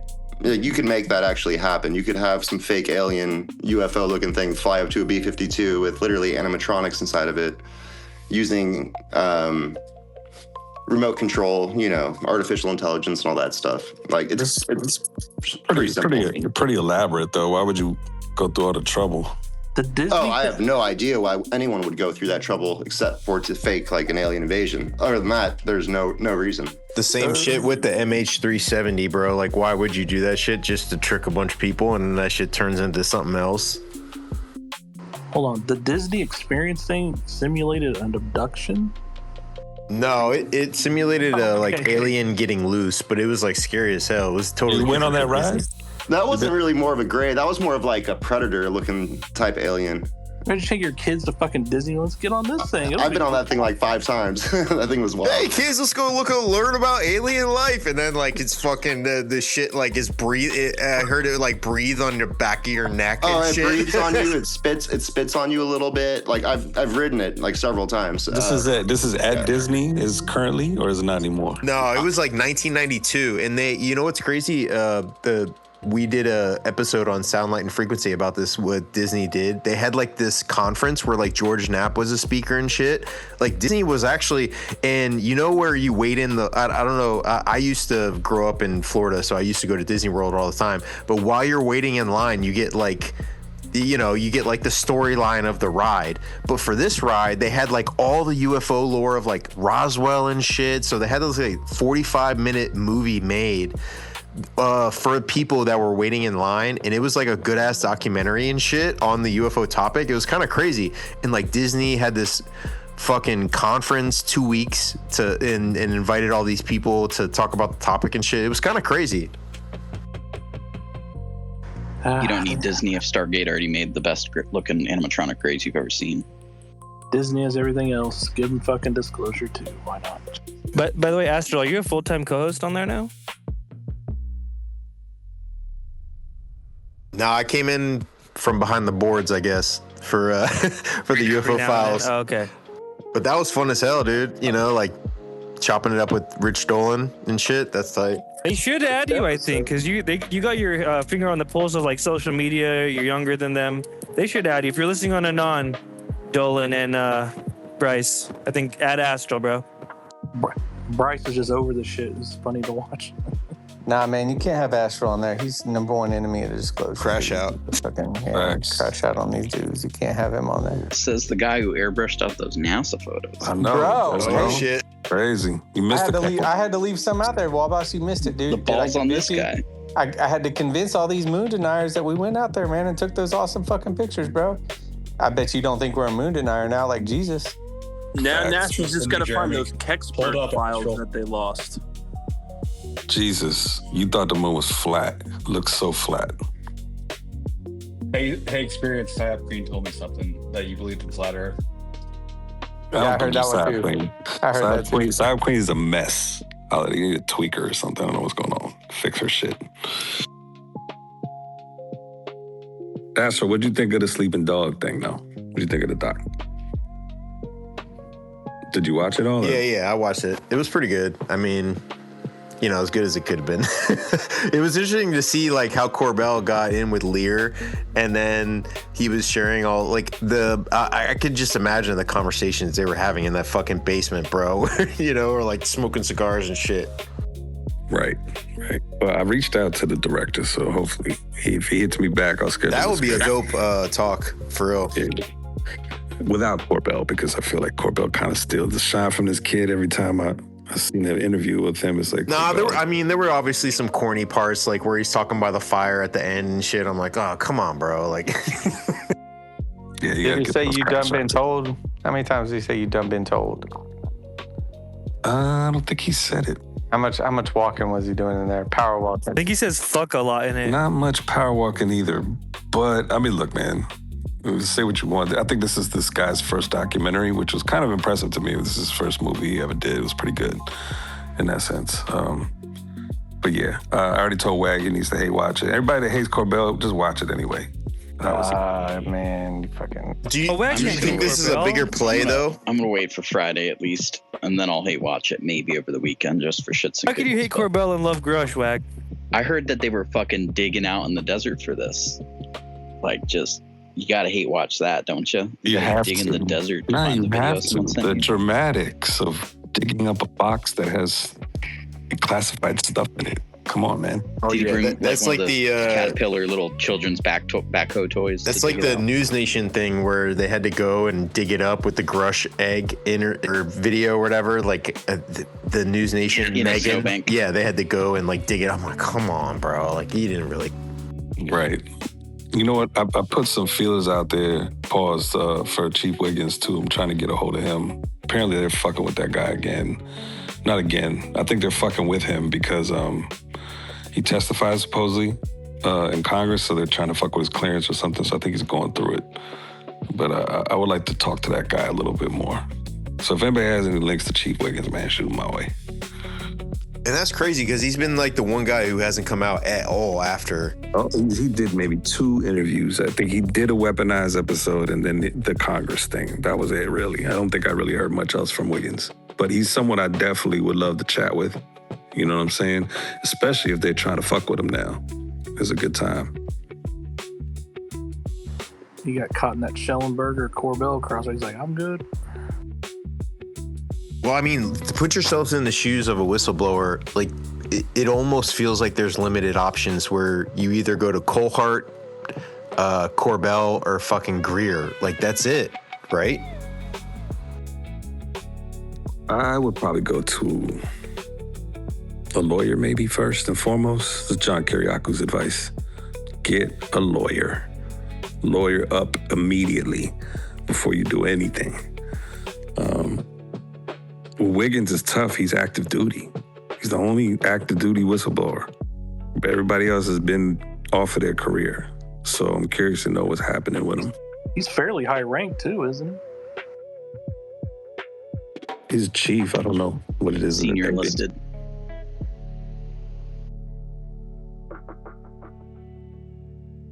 Am I the only one that thinks it's weird that you need like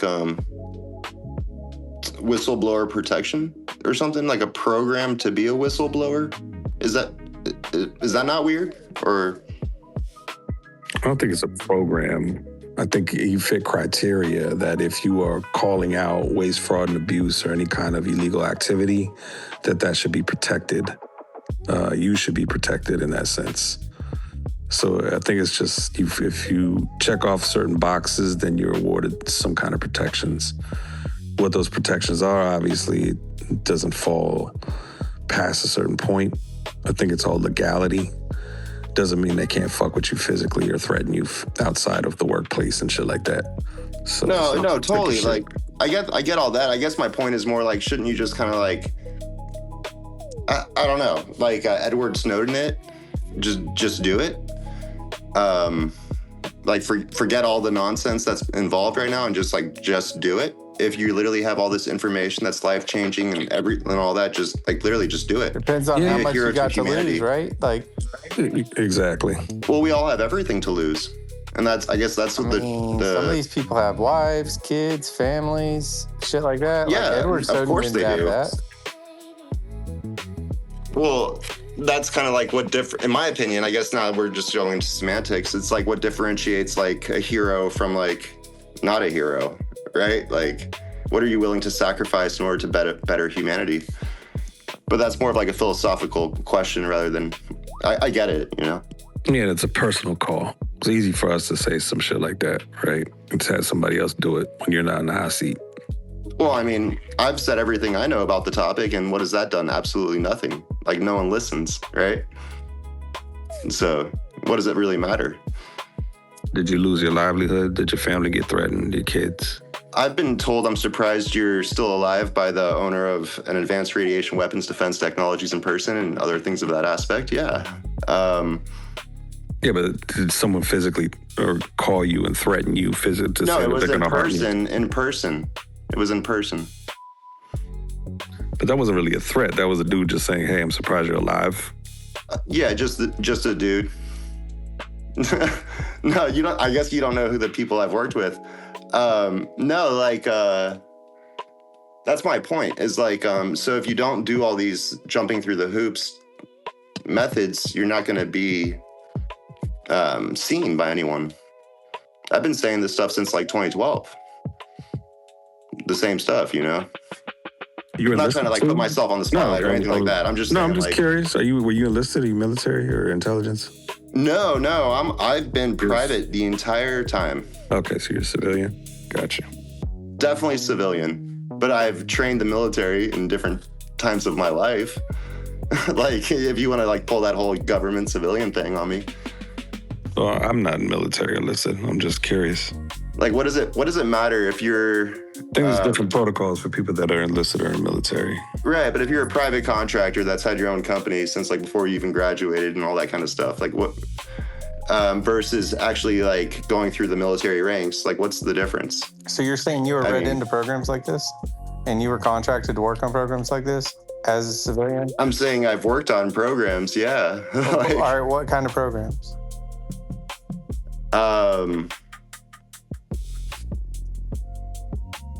What do you mean? I mean, you're saying I've worked on programs too in the government. I've been working on the government my whole life, basically, my whole adult life. Like, what have you done in the government that would put you at risk? Not in the government, or the government. As a private contractor, like through my personal company and stuff. Or the government. What contracts have you been awarded that would put you at risk? Not awarded, meetings I've been involved in. Where I'm literally at the owner of the company, Advanced Radiation's Weapons Defense Systems, out here in Tampa, Florida. I'm at his place, and it's literally like, I'm surprised you're still alive. I'm at his, like, that's a very, very long story, to be honest with you. Like, I really don't want to go into it. There is an if someone wants to do a FOIA, you could probably find it. Like, there's information there. Currently, I'm working on the MovePass project. What changed when people started asking the question? Wait, what's that? Sorry. I thought you were talking about the programs that you're in your whole life. What changed when people asked for specifics? What do you mean, what changed? What changed in your forthcoming nature of describing the programs and all that shit?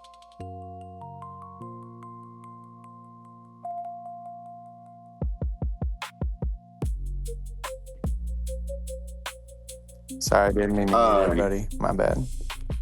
Yeah, no, I guess what changed would be the potential repercussions of speaking openly about the things I've experienced. I've never signed any type of NDA or anything like that, but it's definitely an event that I had to call the FBI about because I was concerned about the well-being of people and directed energy weapons being used on them.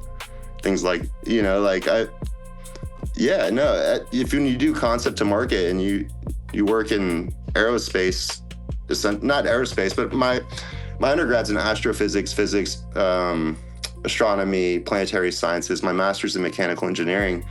I started my concept to market company before I even like graduated, and I've just been doing different projects, right, for people, and every single one of them is classified, from a stainless steel yacht to like a slaughterhouse. They're all classified until they're on the market. So it's not like proprietary, not classified. Well, you're not going to go talk about like the projects you're working on, you know. Any like privately owned subcontractor wouldn't just talk about the projects they're working on. But so yeah, no. While at this place, there was like a direct like, I'm surprised you're still alive. I said, why? And they're like, because you're talking about like 5D physics and how to like make interdimensional technologies, right? And like, just to go a little bit further, I guess, and to give you guys like, I'm not trying to like tease anyone or anything. It's not like this is going to change like disclosure or anything in any way. There, literally, he's like, the gods require fire, go light a fire in my backyard. So I start a fire in the backyard. And within like 5-10 minutes, the triangular shaped UFO comes over. But he's basically just like, pull out here, take this infrared flashlight. He's got his infrared binoculars and he's like, light this thing up for me. It's the fucking CIA. So he's basically saying the CIA has the triangular craft, right? So if you're talking about like triangular UFOs, they're probably CIA, as far as I know, for personal experience. Either that or special forces like Navy SEALs. Right. No, like there's a lot of information here that I haven't talked about publicly. You know what I'm saying? Like, well, I was just, the reason I was even asking you those additional questions is because you kind of made it seem like, what's the big deal about talking about some of these whistleblowers, or, like you were trying to make light of whistleblower protections or these people coming out and saying shit. But that's pretty funny. You called me out directly, and I'm like, repercussions are probably the reason why I'm like nervous to speak about. Yeah, exactly. So I'm kind of listening to you, and I'm like, well, it kind of sounds like you were facing some kind of wild shit too, speaking about what you were speaking about. But I have spoken about what's important openly, which would be the 5D nature of humanity, like the 5D nature of physics. I speak about that openly all the time. Like I literally wrote 9 books on the topic, the 517-page report, in quotes, about the information. I'm not going to speak about personal projects that I'm working on, but I'll speak about like the physics and the theory behind everything that's happening. Like that I'm very open to speaking about all that, but I'm not going to speak about like the specific project. Yeah, it's your work. You got to protect that. There's no wrong with that.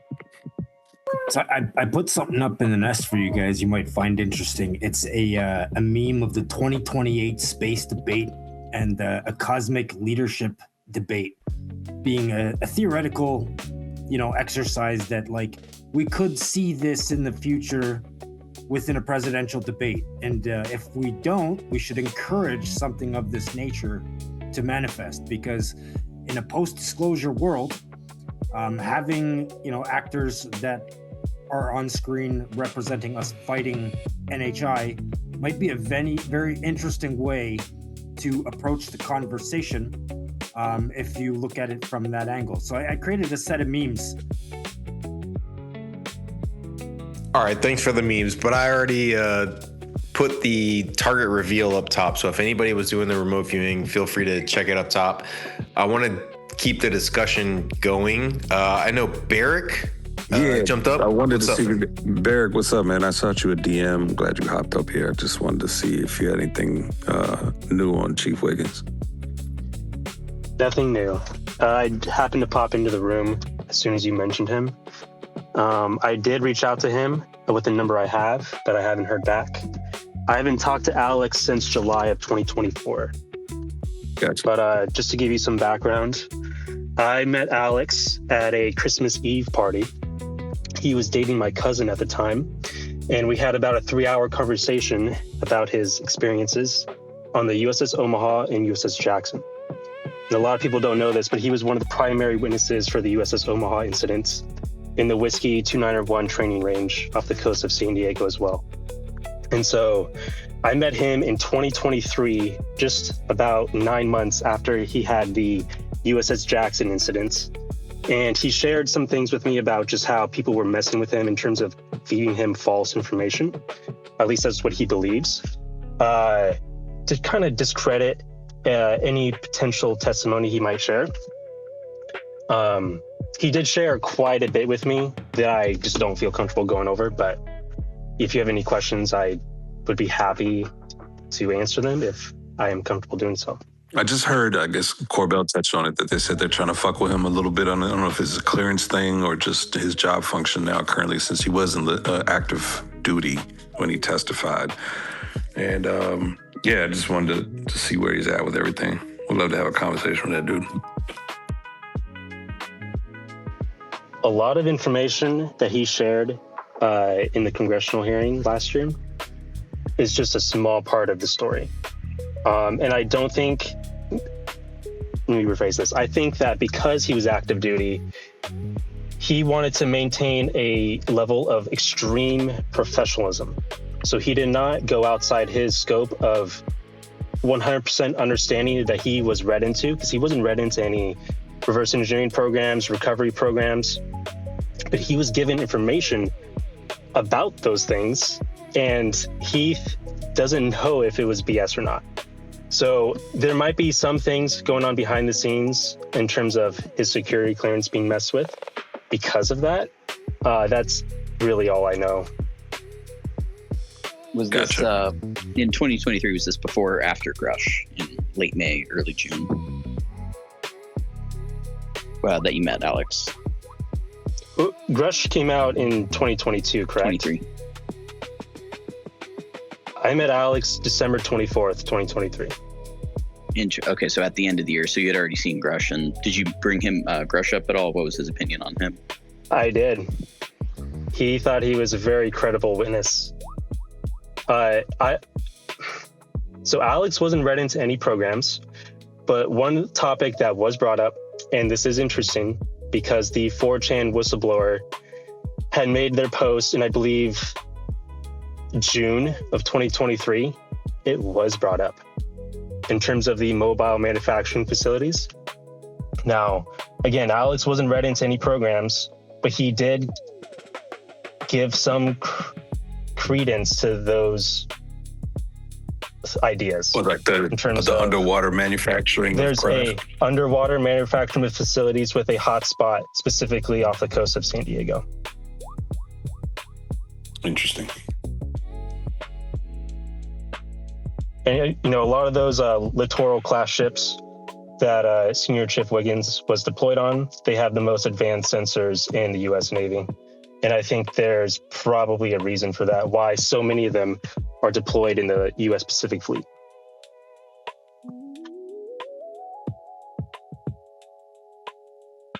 Didn't that 4chan whistleblower dude, wasn't he saying that there's one off the coast of, basically off the East Coast in the Atlantic? The one he talked about was in the Bermuda Triangle. Yeah, it's in the Atlantic. It rarely left. There's some weird shit in the oceans. Like, you can see it on satellite pictures. Like, there's, like, in the northern Pacific, there's, like, this round object that has left, like, a track as it's moved across the ocean floor. It's pretty big, too. And it used to be really clear that you could see it, and then they blurred it out after it became public, which is fucked up. But there's some weird shit in the oceans, man. I'm one of those guys that believes that, man, if there's UFOs and shit, it's maybe coming from motherfuckers that are in the water and not necessarily from other planets. The perfect place to hide, man. Yeah. I think it's more likely. It's the most stable environment on this planet for the longest amount of time. I don't know, man. Maybe they're aliens too. I know they took some pictures when they went up to the moon, though.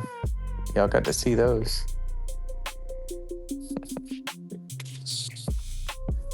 It's a shame I was at that music festival all weekend and you guys had to look at that shit without being able to give me shit. Yeah, convenient timing, Desmo. Convenient timing, you go missing. That was like the number one joke was, where's Desmo? That's just hilarious. I didn't even take time to look at them until last night. Experience is like, go to this website right now. Yep. But Barrick, if you get a chance to reach out to Wiggins or your cousin, just to, if he's going through some shit, might not be a good time, but we'd definitely like to hear more from him. Absolutely. I'll let you know if he reaches back out.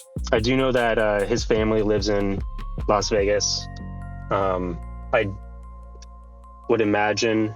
So he and my cousin aren't dating right now. They try to do the whole blended family and it just didn't work out. But I still talk to Alex up until July of 2024. Gotcha. That was 2 years ago. So was this, did he already know Corbell when you met him? I'm just saying, this is quite a coincidence, right? No. He did not know Corbell. That's interesting, right? So he met you. You're a UFO researcher, right? And he meets you. I am. So he met me, and the way we met was just completely random. He basically walked in. I met him for the first time, and my dad just mentioned that I'm really big into UFOs because he had introduced himself as a active duty naval serviceman. And so when my dad said that, he basically pointed at me across the room and said, "You got to talk to him because he knows a lot about this stuff." And we had about a 3.5 hour conversation that night about everything that we've researched ourselves, basically. Were you military too, or you civilian? No, I'm just a civilian.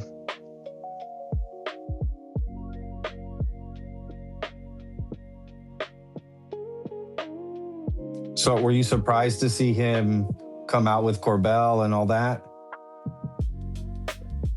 Not really. He told me he was just waiting for the right opportunity.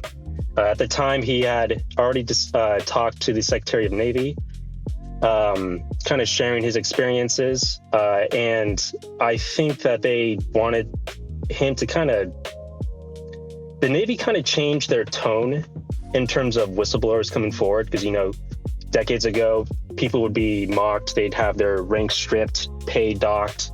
They'd have their clearances stripped. But they really supported him.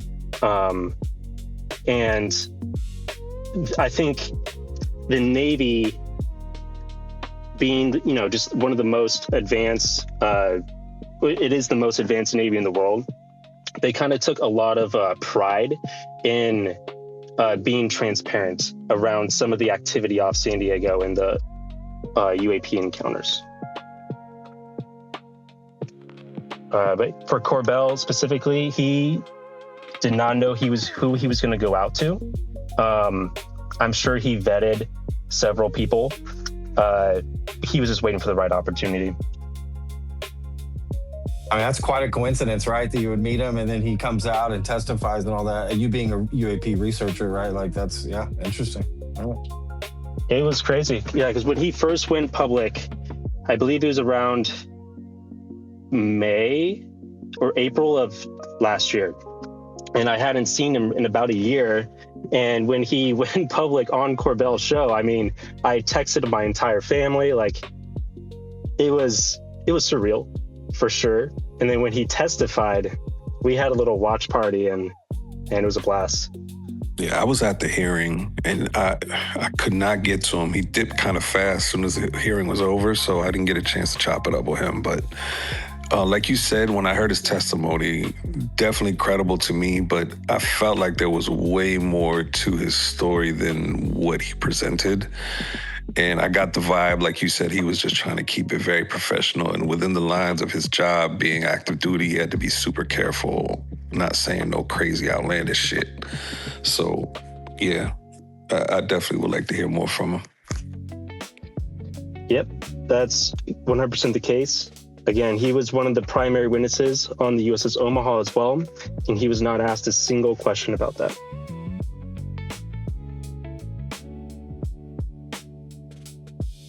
So what is your understanding of his sighting of the USS Omaha, if you could describe it?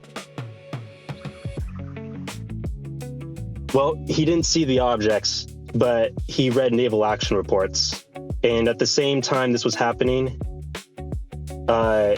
there was Chinese activity off the coast of San Diego. They were flying small drones into the fantails of aircraft carriers and doing some type of reconnaissance and then just zipping off. They didn't know where they were. He did tell me that it wanted to fire or not. They were feared, and they ended up not.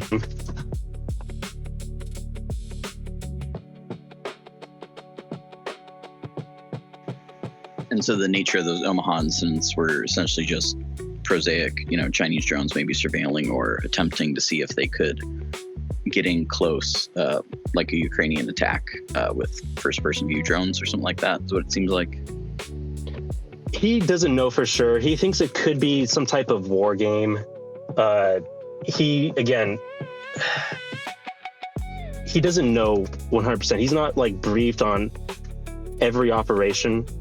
He knows a lot for sure, but there's some things that they're not going to tell him. There may have only been, a handful of, commanding officers on the ships that actually knew what was going on. Right. The Omaha is what? A destroyer? What kind of ship is the Omaha? It's not a carrier, right? It is an aircraft carrier. So it's a carrier? When no, the carriers are named after presidents, aren't they? Let me just look it up. Yeah, I was gonna say, look it up real quick. So you've reached out to Alejandro, and it's an Independence littoral combat ship. So it's smaller than a destroyer. Gotcha. Which are already pretty small.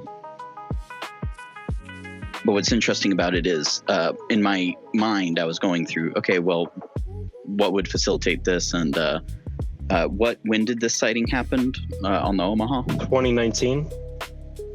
29. Okay, interesting.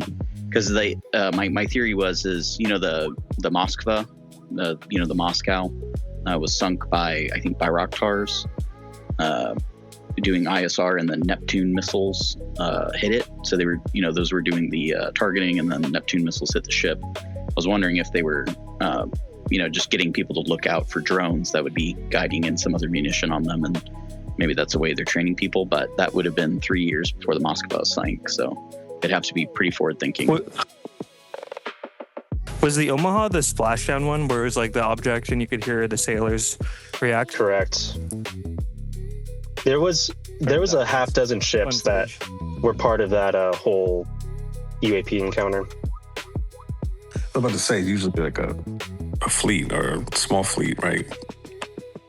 That usually is out there together. It's not like... You remember this, right? Experience, it's black and white footage. It looks like a little ball over the water, and then you see it kind of go in the water. Yeah, and he says... I think the debunk was that it... Yeah. He says splash down, splash like it goes... Like, yeah, I remember that. Look, I'll say this too. When it comes to the video for the USS Jackson, that video only shows probably, 20 seconds? They have like 6 minutes of footage of it.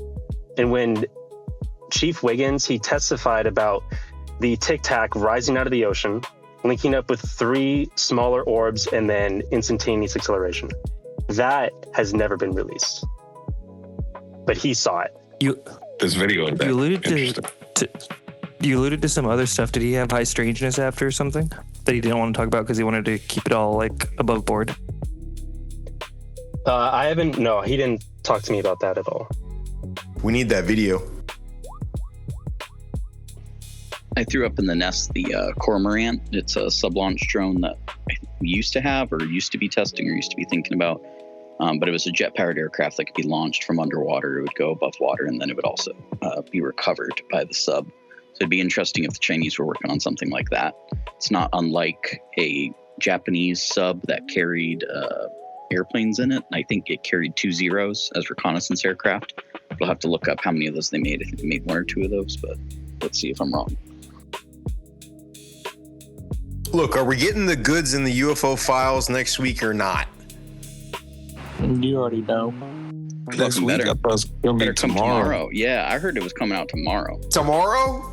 I can't remember what YouTube video I heard, but some motherfucker said it was coming out tomorrow. It might have even been on Saudi news channel. You hear different things. You hear this week, next week, 30 days. Like, there's been several dates kind of bandied about. So, was there anything like substantial? I looked at a lot of the videos from this last release, but I didn't really see anything that was like. Proof we went to the moon. That's what was substantial. Nothing compelling to me. I mean, some interesting things, right? But nothing that was like super like crazy. If we had more context, more information about what the telemetry stuff or the radar data shows and some of that stuff, it might be more interesting. But other than that, just thoughts, right? I can't really make too much out of it.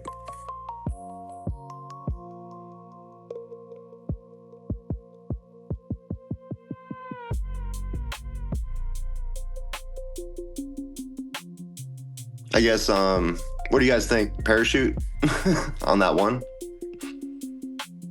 Well, yeah, didn't you say they rebunked that shit, Panda? The one that looks like the fist of the North Star? Fucking... Yeah, ProPixel did, but everyone's gonna have their worldview. You know what I mean? What do you think, Astral? Astral's my gauge on these things. Why he's an enemy of disclosure? Number one enemy of disclosure. He's leading the charge. Yeah, what'd you think of that? Or Vetted. I know Vetted probably thinks it's debunked too, right? You're talking about the 8-pinned star that Green Street put out that was a parachute with a flare, right? Yeah. Just to be clear.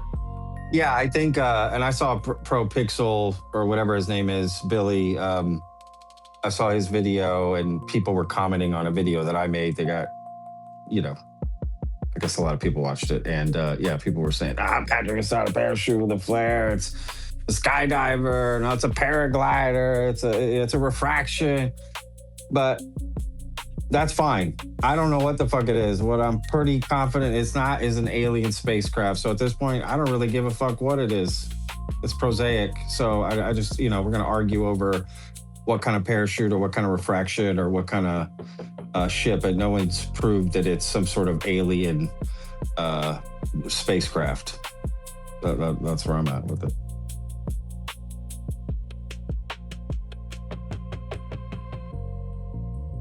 Right. If it's an alien spacecraft, it sucks. It looks like they're fucking... You seen the first Guardians of the Galaxy? And they go to the planet. The one planet, it looks like that thing. The ships that were on that planet. The Nova Corps ships. Oh boy, yeah, you got it. I know what you're talking about. I want to see that. The fuck? I want to see that. I love DIA I love the report. Marvel shit. They got the Astral shit with Doctor Strange, bro. All right, we got Interstellar, and then I'm gonna probably keep the space going for about 15, 20 more minutes. Just heads up for everybody. So yeah, regarding UAPs and USOs, there was a 1966 declassified FBI memo which was recently updated this year regarding their suspicions of these crafts being interdimensional. So I was just wondering you guys' thoughts. Shit's on the table for me. I don't know. No proof of any of that. I don't know what an interdimensional craft looks like or if they're coming out of a portal or whatever the fuck, but shit. If it's on the table, man, I have no clue. I am a firm believer of the interdimensional aspect of this phenomenon. I think that's where we're at when it comes to physics and understanding the universe, too. Like every point in space and time is emergent as far as us perceiving it. That's a perspective thing, right? That's your point of attention within a toroidal form of infinity. When you understand all that, you can basically use the reverse effect to create technologies that move through that fifth dimensional structure. So I'm a firm believer of the whole interdimensional aspect of the phenomenon. No question. So you said you work on 5D stuff. So what does that actually entail? Like, I agree. I think the dimensional shit is on the table for me, at least. Like, there's just something that we can't see physically with our 3D livelihoods and our lives and shit, but there's other parts of the world that is just hidden to us because it's in another kind of dimension. Like, what is the 5D stuff that you work on kind of pierce this topic? The absolutely easiest way to think about it and to describe it is to understand like how perspectives emerge from the now moment, which is an overlapping of one half past, one half future, but everything's also in a state of rotation at the most fundamental level. And so you have basically Doppler shifts and Lorentz transformations related to the perceiving of 4 different information matrices. Future denser, future less, or not information matrices. 4 different inertial reference frames based off of your position, which gives you your information matrix. So you have future denser, future less dense, past less dense, and past denser. Each one of those essentially being crunched and stretched into perception. So like when you're thinking quantum mechanics and you're thinking about like perceptions are emergent, or like the electron is only, manifest when it's observed. Well, that's like literally something is relating something to another thing. That's why it's emerging, right? So basically, based off your inertial reference frame, you have a relationship to all the other inertial reference frames. And this is hard to visualize, but quite literally, your perception of the now moment is being crunched and stretched into existence based off of your position within a greater structure. And so that would be the fifth dimension, like a toroidal form of infinity. And from that, our perceptions emerge. And so when you understand the crunching and stretching ratios and factors, you can create technologies that basically use the reverse effect. It's like canceling out the wave. You cancel out the wave of our dimension and you can fractalize into others. And so time works different in this framework then, right? It's not like a constant factor. Then it behaves different in this way. This would be like more universal perspective of time versus the human perspective of time, which is very linear. This would be like the structure of time. It's more like how it populates. And I can't believe these motherfuckers already forgot who Lush is. If y'all were smart, y'all would be trying to ask him about a spear. What's happening, man? So time meaning like past and future all kind of happening at the same, like all at once kind of situation. Well, time to the human is like the relative energies, right? Like we're moving through a greater structure. So we have our perspective of time. But that's just like a point of attention within a greater structure moving through it. There's like a greater structure essentially that our entire dimensional layer is being manifest from. And so every one of our conscious harmonics is essentially being tuned to every one of these different information matrices, and they're somewhat like fundamental to creation. Kind of like an acoustic wave is fundamental, therefore we developed acoustic abilities, right? The auditory spectrum and ears, just like electromagnetism is fundamental. So are like waves essentially within time, and that would be like our body's ability to blink at the proper rate. And so there's different information matrices that the human body can tune to, which are denser and less dense. And the greatest evidence would be the conscious spectrum of the human, right? And so we're really perceiving, it's kind of like a panpsychism kind of thing, where all of our physics and all of what we call objective reality is really just through the human experience, which is primarily alpha and beta vibrational modes within this information matrix, essentially within a toroidal form of infinity. And so there's less dense information matrices, more dense. That would be like the fifth dimension, is what I mean by that. And all that was the easy way to explain it? Holy shit. It's the easiest way to say it. Like, it's our perspective. It's our point of attention within a greater structure, perceiving one half past and one half future. Like, we used to think the Earth, like the sun went around the Earth, for example. That's the perspective from Earth. Go out into the structure of the relative information matrix, right? Or the inertial reference frame of the sun, or look at our solar system from above, in other words, and you see the Earth is spinning while orbiting the sun. Well, from our point of attention within space-time, we think the universe is expanding. Well, that's just our point of attention within a greater information matrix. Look at that from above. We're actually drifting inwards within a fifth dimension. And so as we drift inwards within the fifth dimension, the universe looks like it's expanding. So like when you use the opposite effects, you can create fifth dimensional technologies that work through not only time, essentially, but densities of information. And Lucius, isn't time... No, these are accepted theories he's talking about. Most of the details, from my understanding, but it's more dynamic in weird ways that, of course, we don't thoroughly understand. But the relativistic aspect, based on our position and our movement through time and our trajectory in the grand sculpture, gives us a certain bias. But there's other aspects where kind of everything is a time traveler relativistically to other things. And with the Nobel Prize about non-locality and stuff, if you can sense, process, and react quicker, you will experience time differently.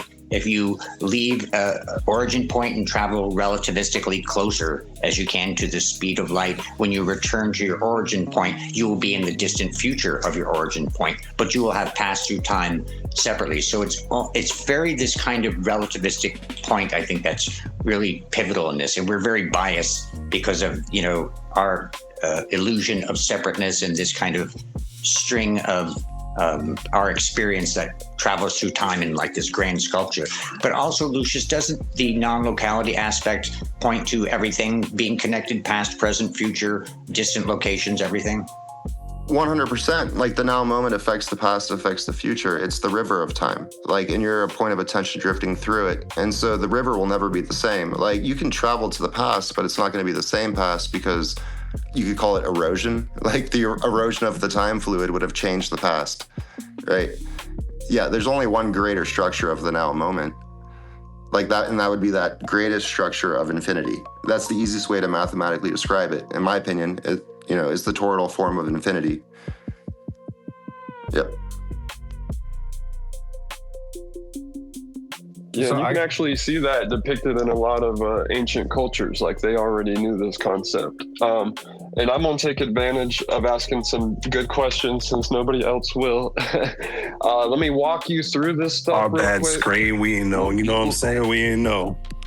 Hey, I'm trying to, right? So this is what we all need to be doing, is helping each other out. So last time we saw Lush, he basically said he was going to have the opportunity to work on a Lush sphere.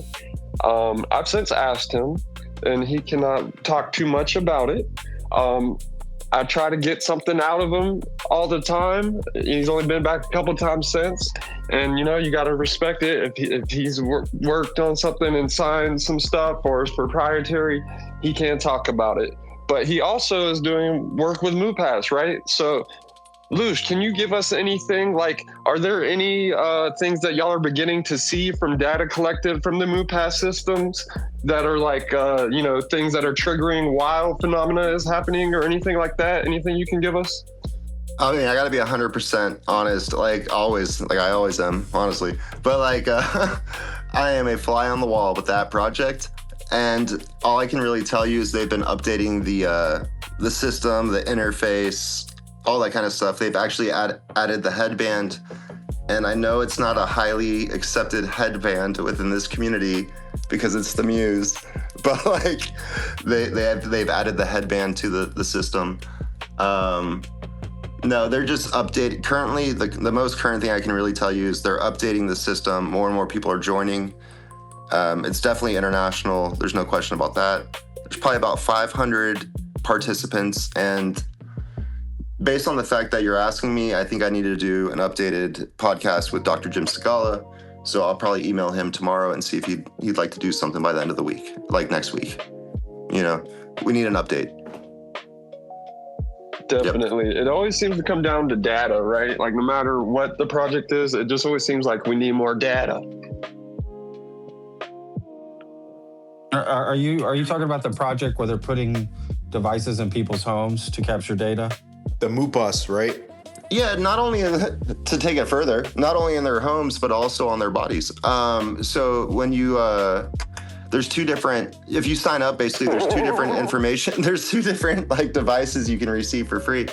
One of them is a device that you put in your home that measures like, I want to say almost every single thing that's measurable as far as scientifically. It basically is measuring, in a little box.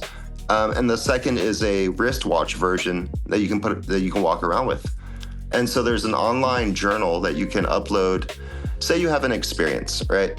You say, I just saw a UFO or I just had a telepathic download. You can go to the system online. You can journal it, essentially.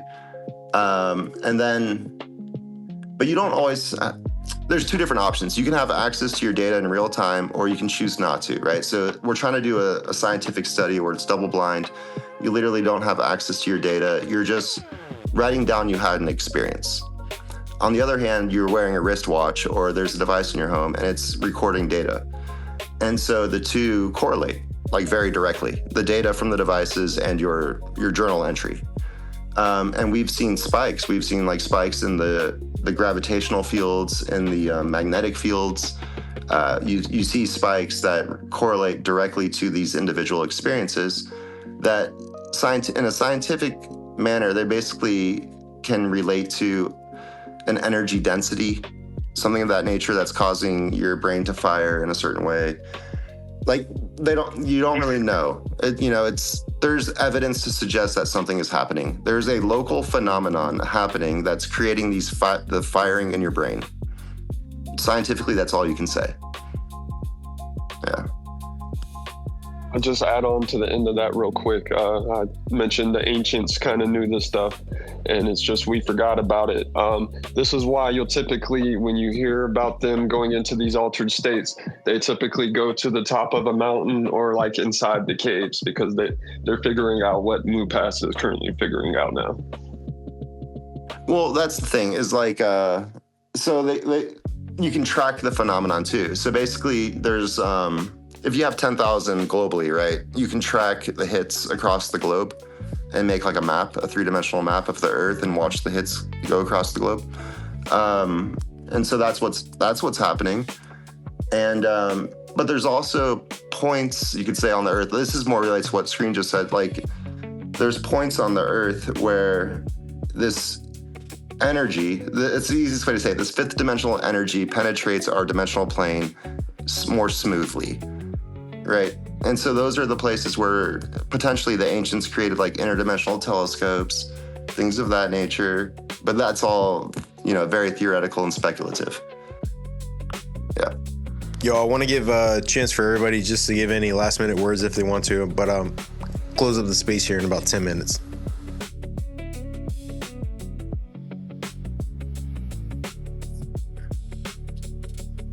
Are we getting the UFO fucking files or not? That's kind of what I'm thinking. Well, Neil deGrasse Tyson's on board now, so we're all. Hey, you know what? He's writing their book. The people are crashing out. You know what? Lou Elizondo got another book coming out. You mad about that shit? Because this just as bad. It's honestly, we should take it as a win that he's getting in on the grift now, is my personal opinion. Yeah, I mean, like all these people. Same thing with Logan Paul. You know, I mean, that's a win for us, to be honest. No, I might believe we're actually getting disclosure now that Neil deGrasse Tyson came around, right? He's like number one on the payroll, supposedly. Yeah, right. Who would have thunk that guy? When Mick West is you guys happening. think be dancing in the streets, yo. Do you guys think Spielberg had some type of inside information about the timing of everything? Yeah.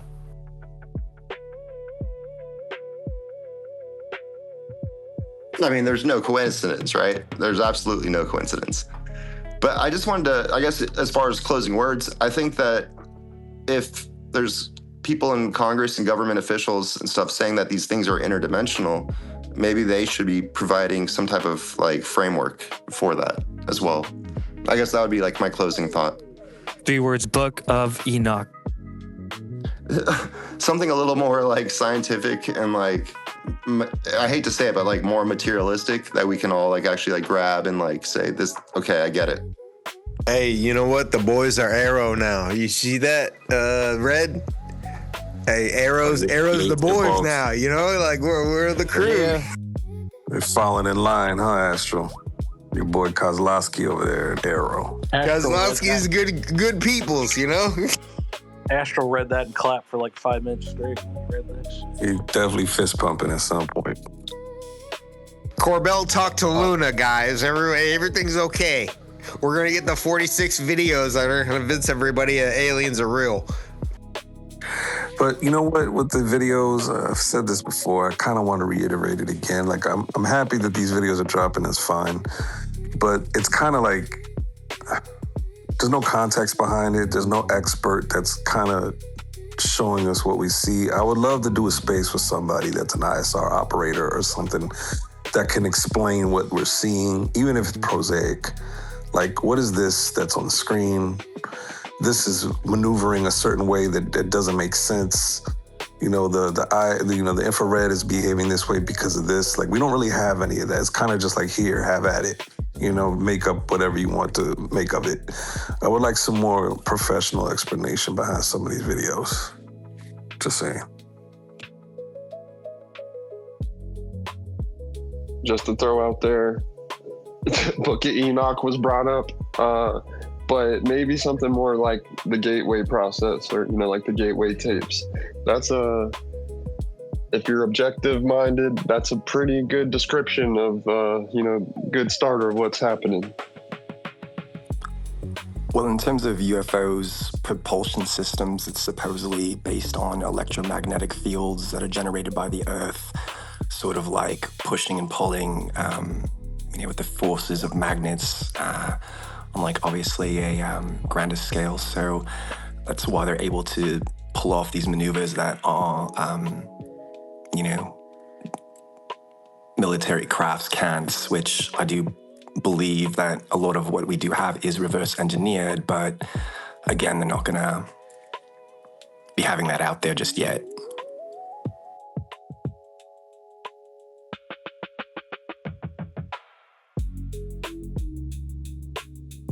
Slow roll. Drip by drip. Yeah, the drip disclosure. Well, I appreciate everybody for coming by. I'm gonna close up the space. Thanks for everybody for did the remote viewing. Really appreciate. We got disclosure in the space. Thank you, Science Bob, for that video telling us about it. The Wiggins stuff was tight too. There's a bombshell in there. Thanks for Barrick for coming in and giving an update. I actually want to follow that. I'm with the experience, man. Get your cousin to get back with him, bro. Oh shit. We need the info. We'll give you some nice discount cards to Cheesecake Factory, a couple gift cards. Make it happen. Dude, we'll set up. Bring Spaces back. We got to start breaking stories. You know what I'm saying? Like, we need Jason Sands again. For what y'all did to him? Really? Bring back the honey pot. Yo, Patrick, thanks for coming in. UFO comeback kid, buddy. Lucius, man, thanks for coming in, man. Good to see you, bro. Screen experience, Interstellar, even though your name is not.